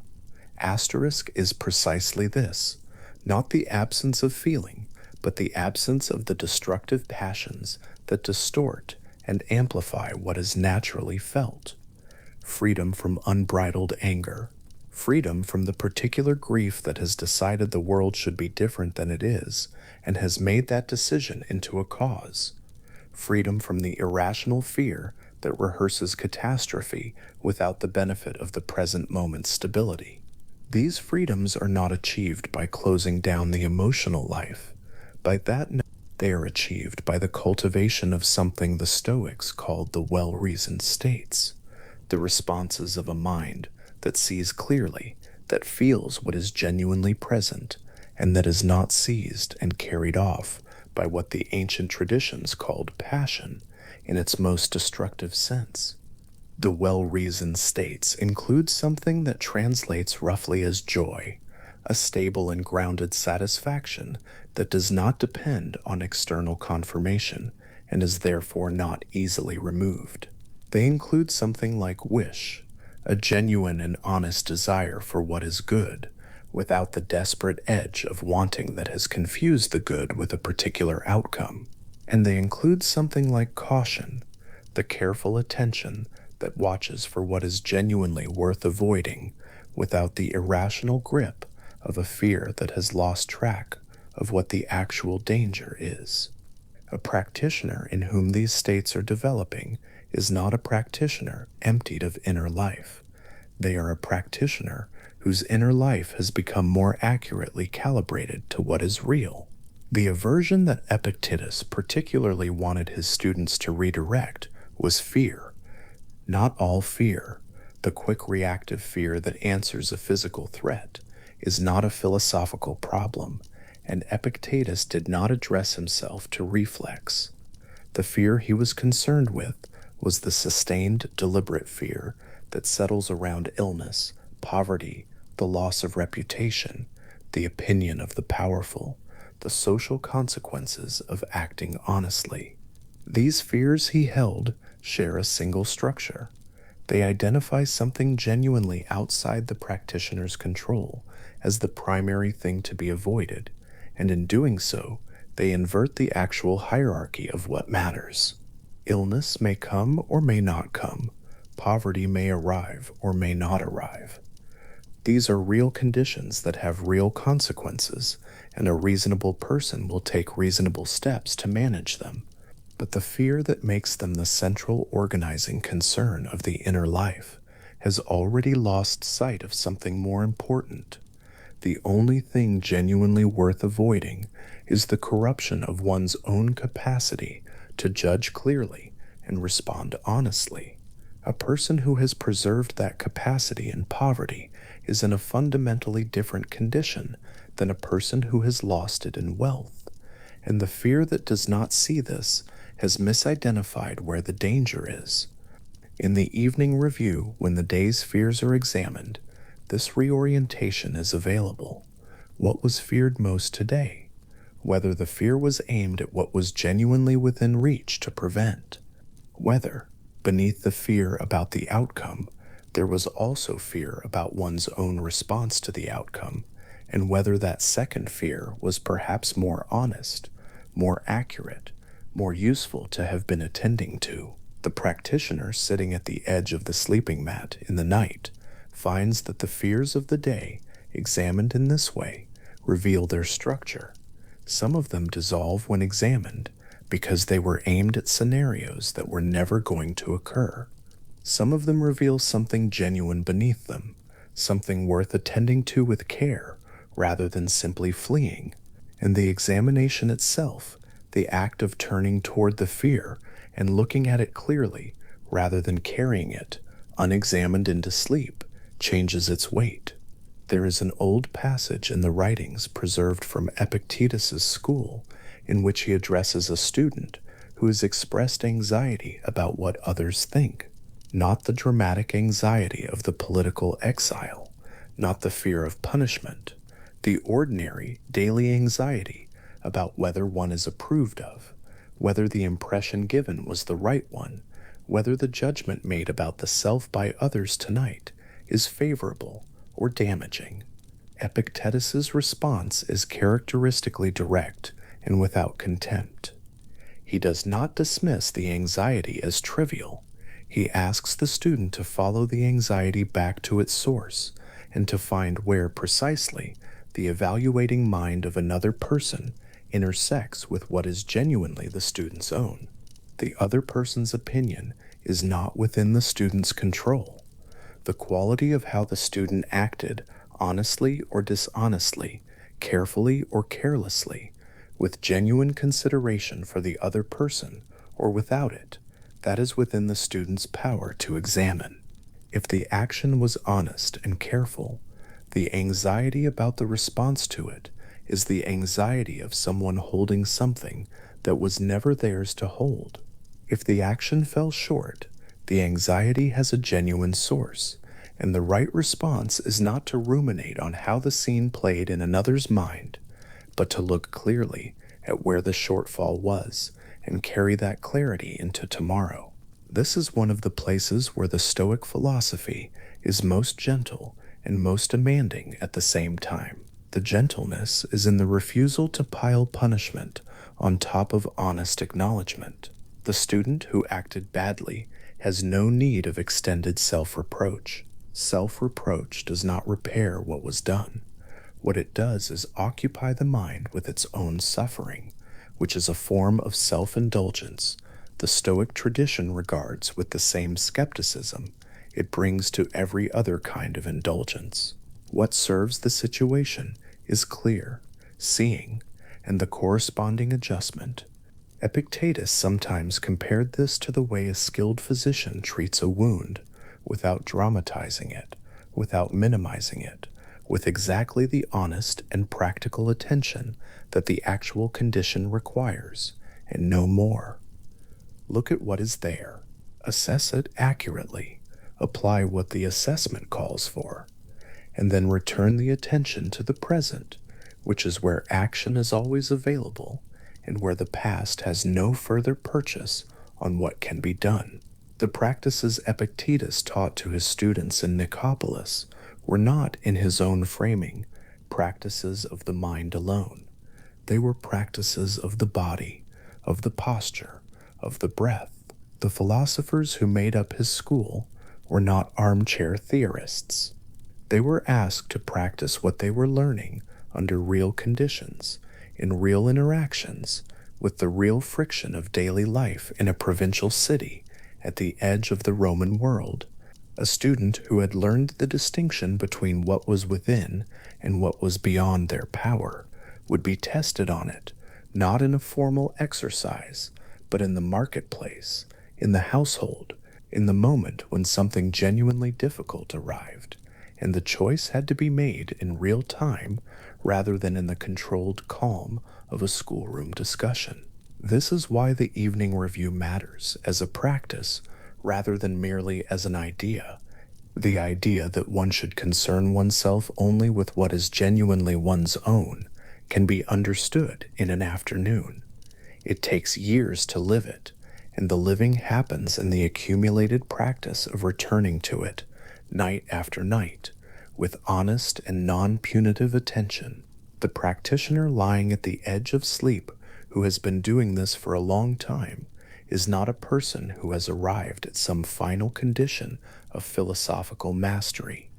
They are a person who has developed, through the repetition of that honest turning of attention, a particular quality of relationship to the day's experience, one that processes what has happened rather than carrying it forward, unexamined, that returns the attention to what is genuinely the self's own rather than allowing it to remain tangled in what is not, that sets down the weight of the day, not because the day is abandoned, but because the day has been honestly met.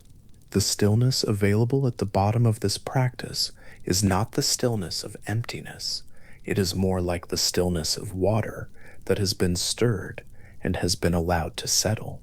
The thoughts are there, the feelings are there, but they have been examined, and in the examination they have been freed from the surplus of urgency and grasping and resistance that made them carry more than their actual weight. What is genuinely real remains, and what was added to it by the anxious mind that had confused what was its own with what was not begins in the settled stillness to thin and fall away. Epictetus compared the mind that had developed this practice to the particular quality of water in a deep pool, not still because nothing was in it, but still because it was deep enough that the surface disturbances did not reach the bottom. A student who has practiced deeply enough carries that depth into ordinary life. The disturbances of a difficult day, the news of something unwanted, the friction of human dealings, all of these reach the surface and move it. But there is something beneath the surface that is not moved in the same way, something that has been found through practice, and that remains findable, night after night, in the posture of the evening review, in the open hands, in the willingness to look clearly at the day, and then, with genuine completeness, to set it down. There is a specific quality to the attention that the evening review calls for, something that is neither soft nor hard, neither lenient nor punishing, but genuinely patient, the way one might look at something a long distance away and simply allow it to resolve into clarity rather than forcing the focus. Epictetus used the word asterisk kataskopine, asterisk, for this kind of looking, inspection, overseeing, the careful and objective gaze of someone who is genuinely trying to see what is there rather than what they hope or fear is there. In the context of the evening review, this means bringing the same quality of attention to one's own errors and shortfalls as one would bring to an interesting philosophical problem, with genuine curiosity about what is there and without the distortion that comes from the need to find a particular answer. The practitioner who brings this quality of attention to the day finds, over time, a strange and quiet deepening of self-knowledge.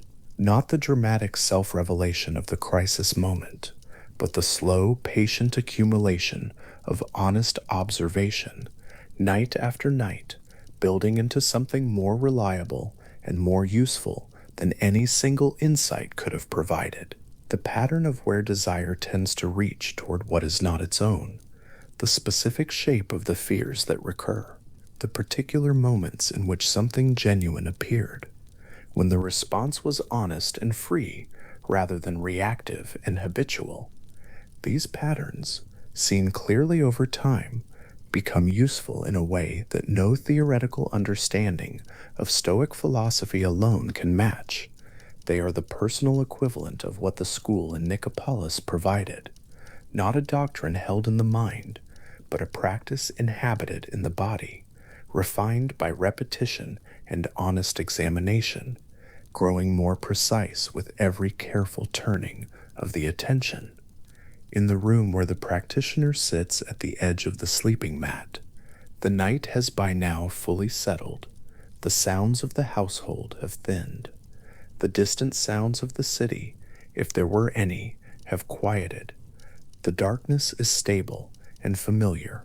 The body has begun its own natural movement toward rest, the breath slowing without effort, the small muscular tensions of the day releasing in a sequence that is both physical and philosophical, because the mind that is no longer gripping the day is also no longer tensing the body against it, and the two releasings happen together, as they always have, as they always do. The questions of the review have been asked. Not all of them have been answered. Not all of them need to be. Some of the things observed today will take time to understand, and the Stoic tradition is not in a hurry. The honest acknowledgement of what was seen is enough for tonight. The answer, where it is needed, will be available tomorrow in the context of tomorrow's actions, where things can actually be done rather than merely thought about. Tonight, the only action available is this: the honest looking, the setting down, the willingness to allow the day to become fully past and to enter the night as it arrives, without the weight of what cannot be changed before morning. Epictetus taught his students that philosophy, properly understood, is not a thing that happens in the schoolroom alone. It follows the practitioner into the kitchen, into the marketplace, into the bed.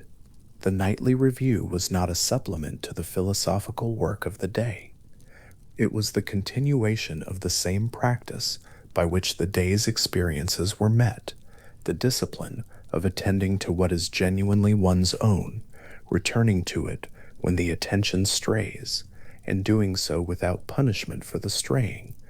The student who goes to sleep after an honest review of the day is not a student who has solved the philosophical problems of their condition. They are a student who has met the day honestly, who has carried the practice through to its natural completion, and who is therefore free as any genuine freedom available to a mortal being ever is, to enter the night without additional labor. What remains when the day has been honestly set down is not nothing. The ancient teachers were clear about this. What remains is the capacity itself, the ability to choose, to judge, to attend, to return. It is there, in the morning, It is there in the moment of waking. It will be tested again tomorrow, and the practitioner who has completed the evening review with genuine honesty and without self-punishment will have something available to meet those tests.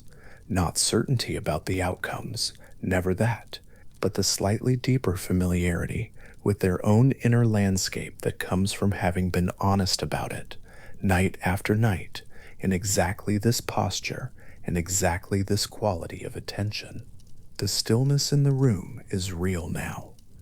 The body has lowered itself toward the mat, toward the familiar horizontal of rest. The open hands have closed slightly, not in a grip, more like a gentle folding. The last thought of the day is still there, somewhere at the edge of attention, an image, a phrase, a thing that wants to be considered once more.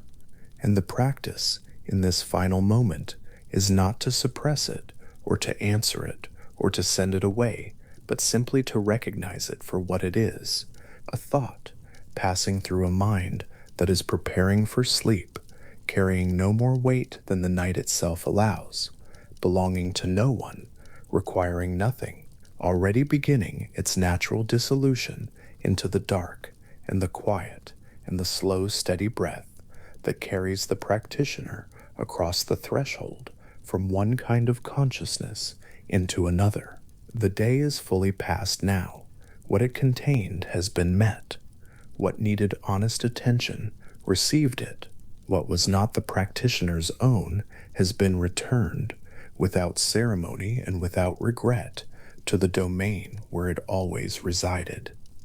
The hands are open, the breath is slow, the room is quiet in the particular way that rooms are quiet when the last held thought of the day has been genuinely, completely, and willingly set down on the floor, and the night entered freely, and without the weight of what cannot be changed before morning, opens ahead like still water, wide and dark and ready, already a kind of freedom. The door of the schoolroom in Nicopolis stands open to the morning. Light arrives before the students do, a pale, unhurried light that moves across the stone floor and settles against the far wall without urgency, without announcement.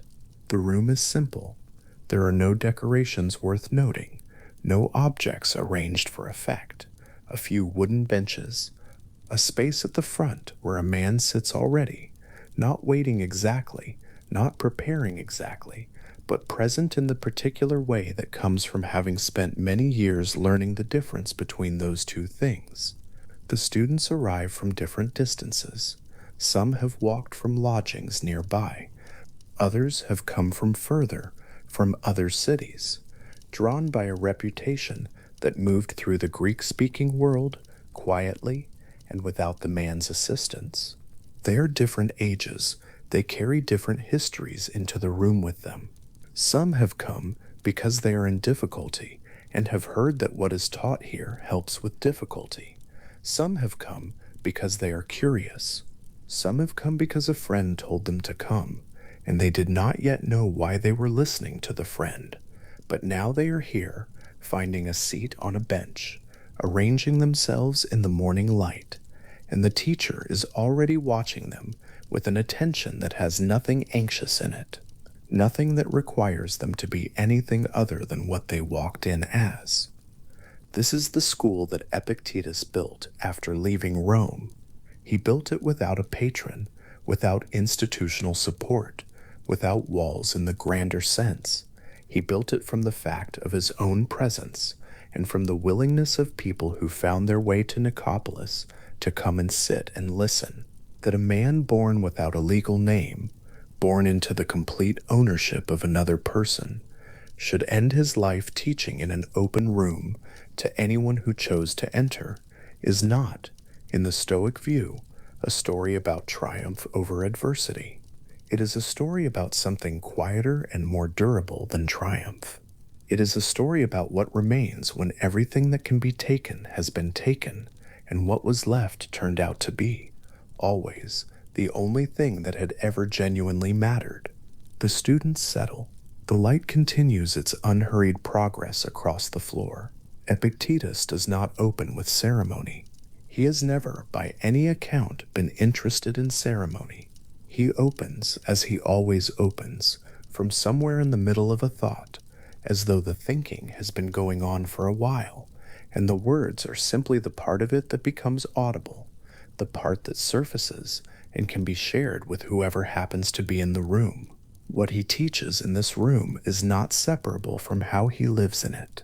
This is the thing Musonius Rufus had insisted upon, and the thing Epictetus had carried forward without modification, that a philosophy practiced only in the mind and not in the texture of daily conduct is not philosophy, but entertainment. And what he lives in this room, and in the city around it, and in the company of the people who move through his life, is a philosophy of complete engagement held without the grip of possession. He is interested in his students the way a good gardener is interested in the garden, attentively, caringly, without the belief that what grows there belongs to him. There is a concept at the center of this.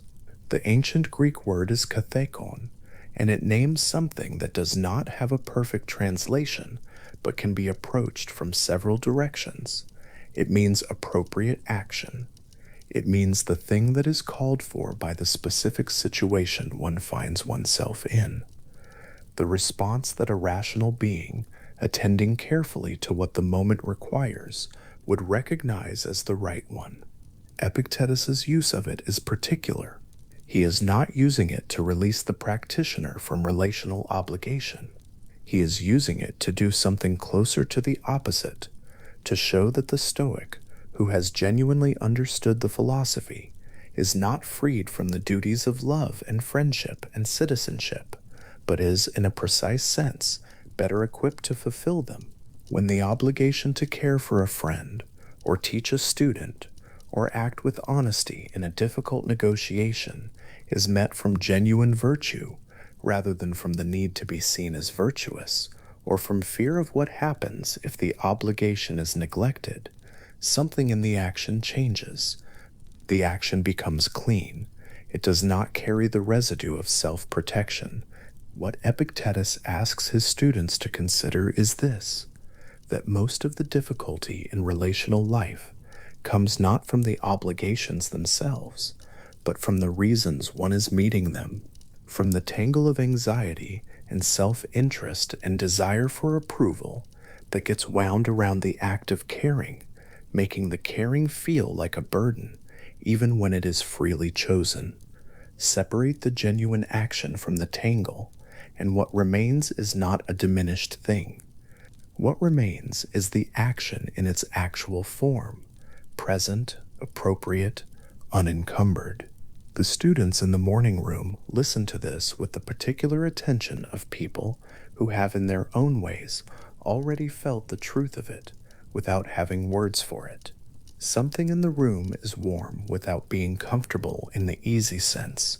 It asks something, the way genuine warmth always asks something, the way being in the presence of clarity always asks something, which is that the person in the room stop pretending they do not already know what they know.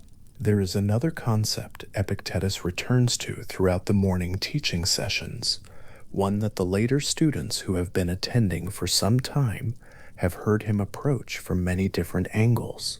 The ancient Greeks called it oikeiosis. The word comes from oikos, meaning home, meaning household, meaning the place one belongs. And what the concept describes is the impulse, natural, rational, properly understood, toward connection, toward care, toward the inclusion of others within the circle of what matters to oneself. Epictetus holds that this impulse, when it is genuinely rational, rather than distorted by anxiety or possessiveness, extends outward without limit. It begins with oneself, not in the sense of self-interest, but in the sense that one must first understand what one genuinely is before one can understand what one's relationship to others genuinely is. From there it extends to the family, to the household in the literal sense, to the people one eats with and sleeps near, and makes decisions alongside. From there, it extends further to neighbors and acquaintances and people one will never meet, but whose lives intersect with one's own in ways that are real, even when they are invisible. And further still, until what is being described is not a set of obligations, but a recognition that all rational beings share something essential, and that the recognition of this sharing is itself a form of knowing. Marcus Aurelius, who had studied Stoic philosophy carefully for most of his adult life, had a phrase for the furthest extension of this impulse. He called it love for humanity. He wrote it down in his private journal, which he kept not for anyone else to read, but as a record of his own attempts to live in accordance with what he understood. The most powerful person in the Roman world, writing alone in his tent, or in his palace, or wherever the business of empire had taken him that season, reminding himself in his own handwriting that the correct response to the people around him, the ones who were unkind, the ones who failed, the ones who schemed and deceived and acted from short-sighted self-interest, was not contempt, but something harder and more demanding than contempt. Something that required him to hold, simultaneously, the clear knowledge of what they were doing, and the equally clear knowledge that they were rational beings, whose rationality had, for reasons he could try to understand, not yet found its proper expression. This is what wokiosis looks like in practice, at its furthest reach. Not the warm feeling of belonging to a community one has chosen, not the comfortable affection of people who share values and habits. The harder thing, the extension of genuine care to people who have done nothing to earn it, and who may be actively working against one's own interests, or the interests of people one loves. The Stoics did not pretend this was easy. They did not pretend that natural affiliation, properly extended, required no effort. What they argued was that the effort was the appropriate one, that a rational being, having understood what rationality is and what it requires, could find in that effort something that felt less like strain and more like integrity. Among the students who came to Epictetus's school, there were some who came because they had encountered difficulty in their relational lives, a friendship that had broken, a marriage under stress, a parent who had become unreachable, or a child who had gone a direction the parent could not follow. They came to the school not because they expected Epictetus to solve these difficulties. He was not in the business of solving them, but because they had heard that what was taught there could change the ground on which the difficulty stood. What changes is not the situation. Epictetus is very clear about this. He is not offering a technique for improving relationships or resolving conflicts, though sometimes the practice has those effects. What changes is the practitioner's relationship to the fact of not being able to determine how other people will be, the fact that those we love will suffer and will cause suffering, the fact that they are mortal and will leave, or we will leave, in the order that no one arranges and no one can adjust. The practice is not a consolation for these facts. It is a way of being with them that does not require them to be other than they are. There is a specific instruction Epictetus gives regarding the love of children, and it has the quality of his most direct teaching, the quality of something that could be misunderstood very easily, that almost invites misunderstanding, and that rewards the person who stays with it past the first response. He says, when one kisses a child good night, when one bends over a sleeping child in the dark of the house, with the day's noise settled, and the child's face quiet, and the love in the room as large as the room, one should whisper inwardly, not aloud, not in a way that disturbs the child or the night, but internally, in the part of oneself that is capable of holding true things steadily. the acknowledgement that this child may not be here tomorrow. The first response to this instruction is often resistance. It seems like an intrusion into a moment that asks for nothing other than itself. It seems like a way of poisoning tenderness with apprehension. But Epictetus is not introducing apprehension. He is doing something closer to the opposite. What he is asking for is the recognition, held quietly and without drama, that the love in the room does not require permanence to be completely real, that the child is not loved any less for being mortal, that the love is not diminished by the acknowledgement that it will one day have to survive the thing it loves. The acknowledgement, held with philosophical honesty rather than theatrical grief, does not darken the moment. It makes the moment more present. It removes from the love the anxiety of possession, the insistence that what is loved must be permanent, must be guaranteed, must be secured somehow against the terms that all living things exist under. What Epictetus is pointing at is the difference between love that holds on and love that opens. Both feel from the inside like love. Both use the same words, but one of them is accompanied beneath the warmth by a low continuous tension, the awareness that the held thing might slip, the monitoring of the distance between one's hands and the thing they are holding. The other is accompanied by something different, something that might be called, in his language, the appropriate emotional state of a mind that sees clearly. Eupathia, the well-reasoned feeling, the response that genuine understanding makes possible. Not a diminished feeling, a cleaner one.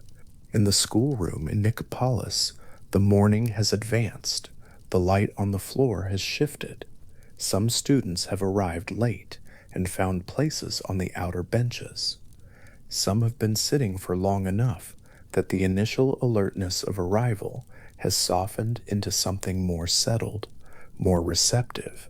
Epictetus has been speaking in the way he always speaks, not building toward a conclusion, not assembling an argument that will land in a place that resolves everything, but circling something real from different distances, returning to it, letting the returns accumulate into a kind of understanding that is less like a structure and more like a familiarity.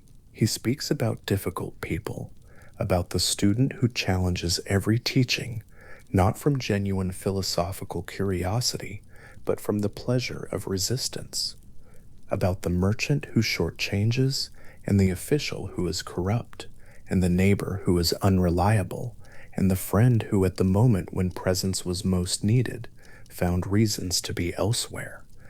He does not speak about these people with anger, or with the particular kind of exhausted acceptance that is just anger worn smooth. He speaks about them with something that in his mouth sounds like genuine curiosity. The question he teaches his students to ask is not what is wrong with this person. The question is not how one can avoid this person, or protect oneself from this person, or correct this person. The question is, what impression led them here? What picture of the world, what understanding of what things are worth, and what actions are safe, and what can be risked, and what must be protected at any cost, would produce this particular behavior in this particular moment? Not because the answer excuses anything, not because the behavior is therefore acceptable, but because a practitioner who can ask that question and who can hold the asking with genuine curiosity rather than rhetorical contempt has changed their own position in the encounter. They are no longer simply the object of unkindness. They are someone who can see. Epictetus calls this a philosophical opportunity. Every encounter with rudeness, with injustice, with the person who treats one carelessly or dismissively, or with the specific cruelty of indifference, each one is an opportunity to test whether the equanimity one has been practicing is genuine or whether it is only the equanimity of comfortable conditions. It is easy to be undisturbed when nothing disturbs. The practice is built for the other situation. There is something important in the word he would use, though the teaching is not primarily a teaching about vocabulary. The word is asterisk, prokopton asterisk, the one who is making progress, not the sage, not the perfected practitioner who has arrived. Epictetus himself does not claim to be a sage. He has spent years at this, and he will spend whatever years remain to him at it. And at the end of those years, he will not claim to have arrived. He will claim, perhaps, that the direction has been consistent, that the practice has been taken seriously, that when the difficult person appears, and the difficult situation, and the loss that arrived without asking permission, he tried imperfectly, with effort, sometimes failing and returning, to hold the ground of what he understood, rather than abandoning it for the more immediately satisfying response. This is the philosophy as it lives in a human life, not as a completed edifice, but as a practice taken up each morning and returned to each time one drops it, which is often, and which does not constitute failure in the way that a dropped argument in a formal debate constitutes failure. Dropping it and returning is the practice. This returning is not a restart, it is a continuation. A parent in the ancient world, or in any world, bends over a sleeping child. The house around them is quiet. The child's face has the specific quality that a sleeping child's face always has, relaxed into something close to what the child actually is, the daily performance of personality resting along with the body, the face more simply itself than it is during the waking hours of effort and expression and response. The parent looks at this face for a moment that does not have a precise duration, and somewhere in the looking, if the parent has been practicing the philosophy carefully and honestly, something settles, not into grief, not into the theatrical appreciation of a moment one knows to be temporary, into presence, into the actual quality of this moment, which is real and complete and does not require anything to be added to it. The love in the room does not need the child to be permanent. It needs to be the kind of love that knows what it is loving, a mortal, temporary, irreplaceable particular, and loves it exactly as that, without asking it to be something else, without insisting that the love is only real if it can be guaranteed. The love that asks for guarantees is the love that has not yet understood what it is loving. The love that does not ask for guarantees is not smaller. It is what love looks like when it has been cleaned of anxiety. Okeoesis extends outward in the way that circles extend on still water when something falls. The self at the center, then the family, then the community, then the circle of strangers and travelers and people one will never meet, whose lives are real and whose suffering is real and whose capacity for understanding is in its essential nature the same as one's own. Each circle is fully inhabited before the next is reached. Nothing is abandoned in the expansion. The parent who has genuinely loved the child does not love the neighbor less carefully for having loved the child first. The love learns from the practice of itself. It becomes more capable with use, not less. Marcus Aurelius understood this in the way that people understand things they have tested against experience, rather than simply read in a text. In his journal, which is a document of a man taking himself to task again and again with the particular impatience of someone who knows what he is supposed to do and keeps noticing he has not done it, there are passages where he writes about the people who have frustrated or wronged him, and reminds himself of exactly what Epictetus would have recognized, that they are rational beings whose rationality has found a poor expression, that they suffer under their own confusion, that the appropriate response to their confusion is not contempt, but something harder and more generous than contempt. He writes this not once, he writes it many times. Each repetition is evidence that the practice is genuinely difficult, and also that he keeps returning to it, which is the only thing the philosophy actually requires. The most powerful person in the world, reminding himself by lamplight to act with generosity toward the person who has just been unkind. The freed slave, teaching in an open room on the edge of the Greek world, telling his students that every encounter with difficulty is an opportunity to practice what one understands.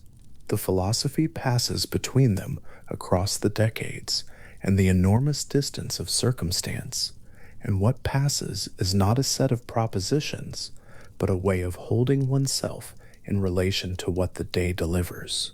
Attentive, engaged, open without being unguarded, caring without requiring the caring to be returned in order to be worth the effort.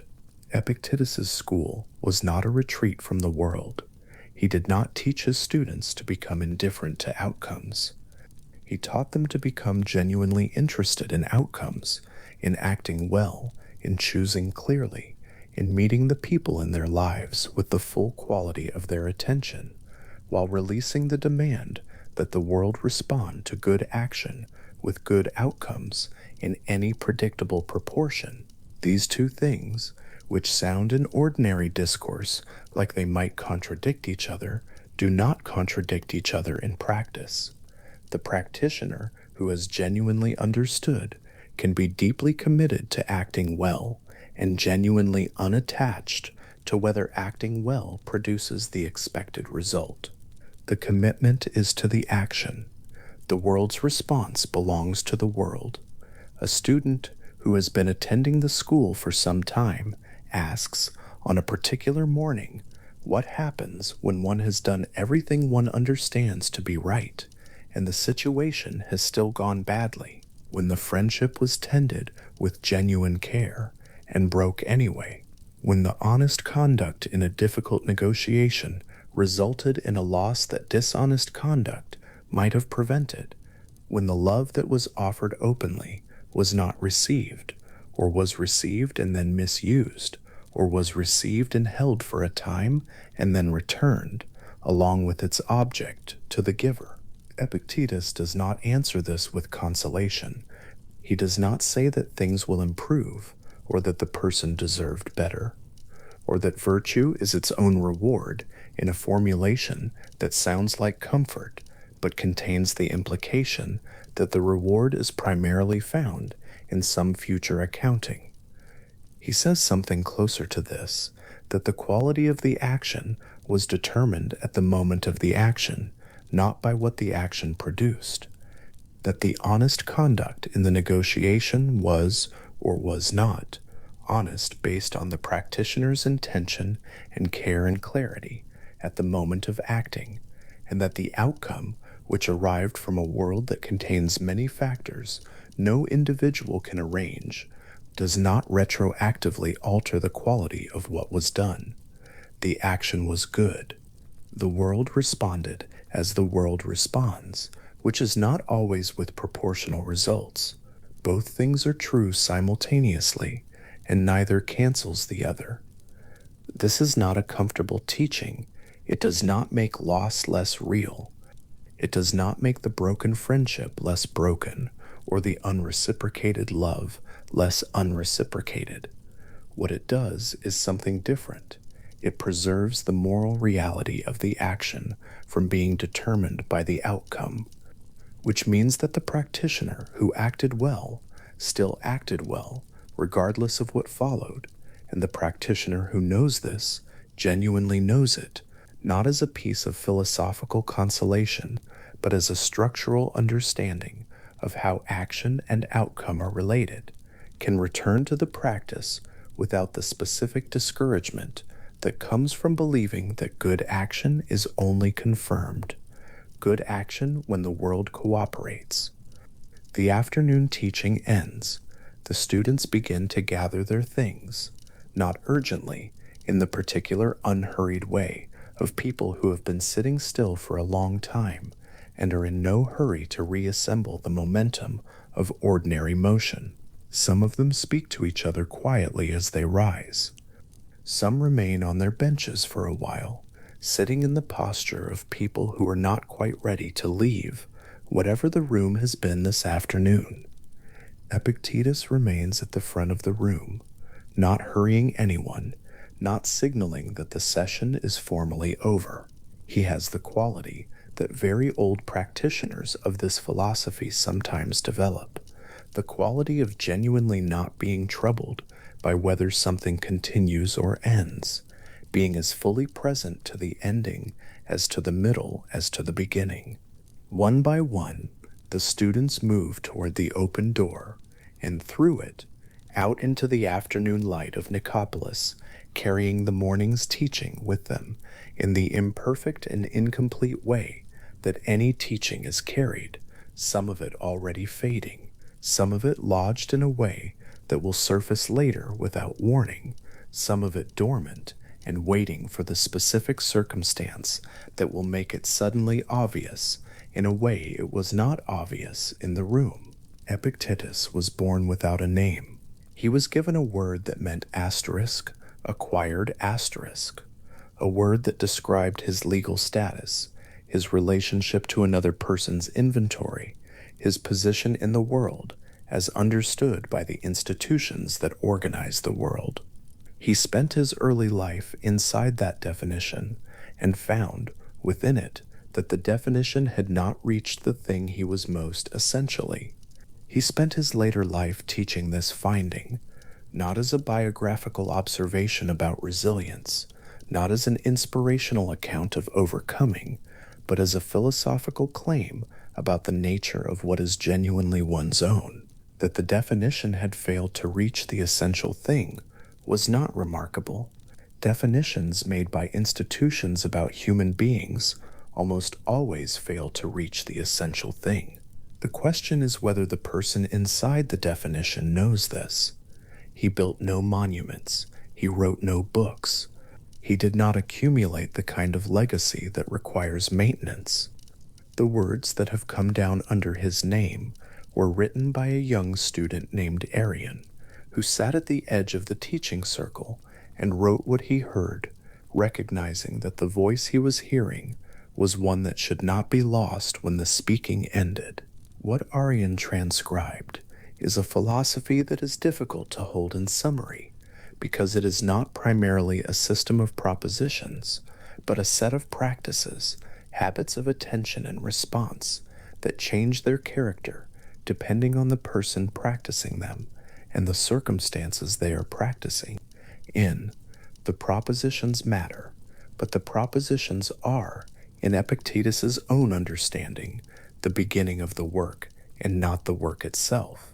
The work is the morning in Nicopolis, when the student who is struggling with a failing relationship comes through the door and finds in the open room someone willing to think carefully alongside the struggle without requiring the struggle to resolve in any particular direction. The work is the night when the parent bends over the sleeping child and allows the love to be present without requiring it to be permanent. The work is the practitioner in the moment of unkindness who pauses before responding and asks not rhetorically, but genuinely, what impression led here, and what it means that a rational being has come to express their rationality in this particular diminished form, and what the appropriate response to that is in this specific situation. The work is always specific, always in this room, with this person, in this light. The philosophy that does not come down to the specific situation has not yet been practiced. It has only been understood, which is the beginning and not the end of the matter. Outside the schoolroom in Nicopolis, the afternoon continues.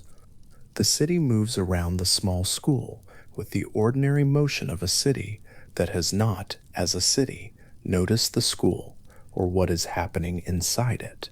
People are working and trading and arguing and making their way through the afternoon with the mixture of intention and improvisation that ordinary life in any century consists of. The school sits inside all of this, like a place where the motion has slowed, where the background noise of daily urgency has been replaced by something quieter and more deliberate without being separate from the life around it. This is what Epictetus would say is the correct relationship between the philosophical practice and the ordinary world, not a retreat from the world, not a position above the world from which its concerns can be observed with detachment, an engagement with the world that is changed by the practice, more careful, more genuinely present, less reactive in the way that produces regret, more responsive in the way that produces, at the end of the day, the sense that one's actions were one's own, that they came from somewhere genuine, that they did not arise primarily from anxiety or the need for approval, or the fear of what happens if the day does not go as planned. By evening, the last students have gone. The light in the schoolroom has changed in the way that light changes in a room as the afternoon moves toward night. Slowly, by degrees, the quality of it softening and then deepening and then giving way to the particular blue that comes just before dark. A lamp has been lit. It burns with the specific steadiness of a lamp in a windless room, not dramatic, not performing its function, simply present and useful, and doing what a flame does in a room where there is no competing light. The room is quiet in the way that rooms are quiet after they have held a day's worth of thinking and speaking and careful attention. The benches stand at the angles they were left at by the last students. The floor holds the light from the lamp and does not require anything more of it.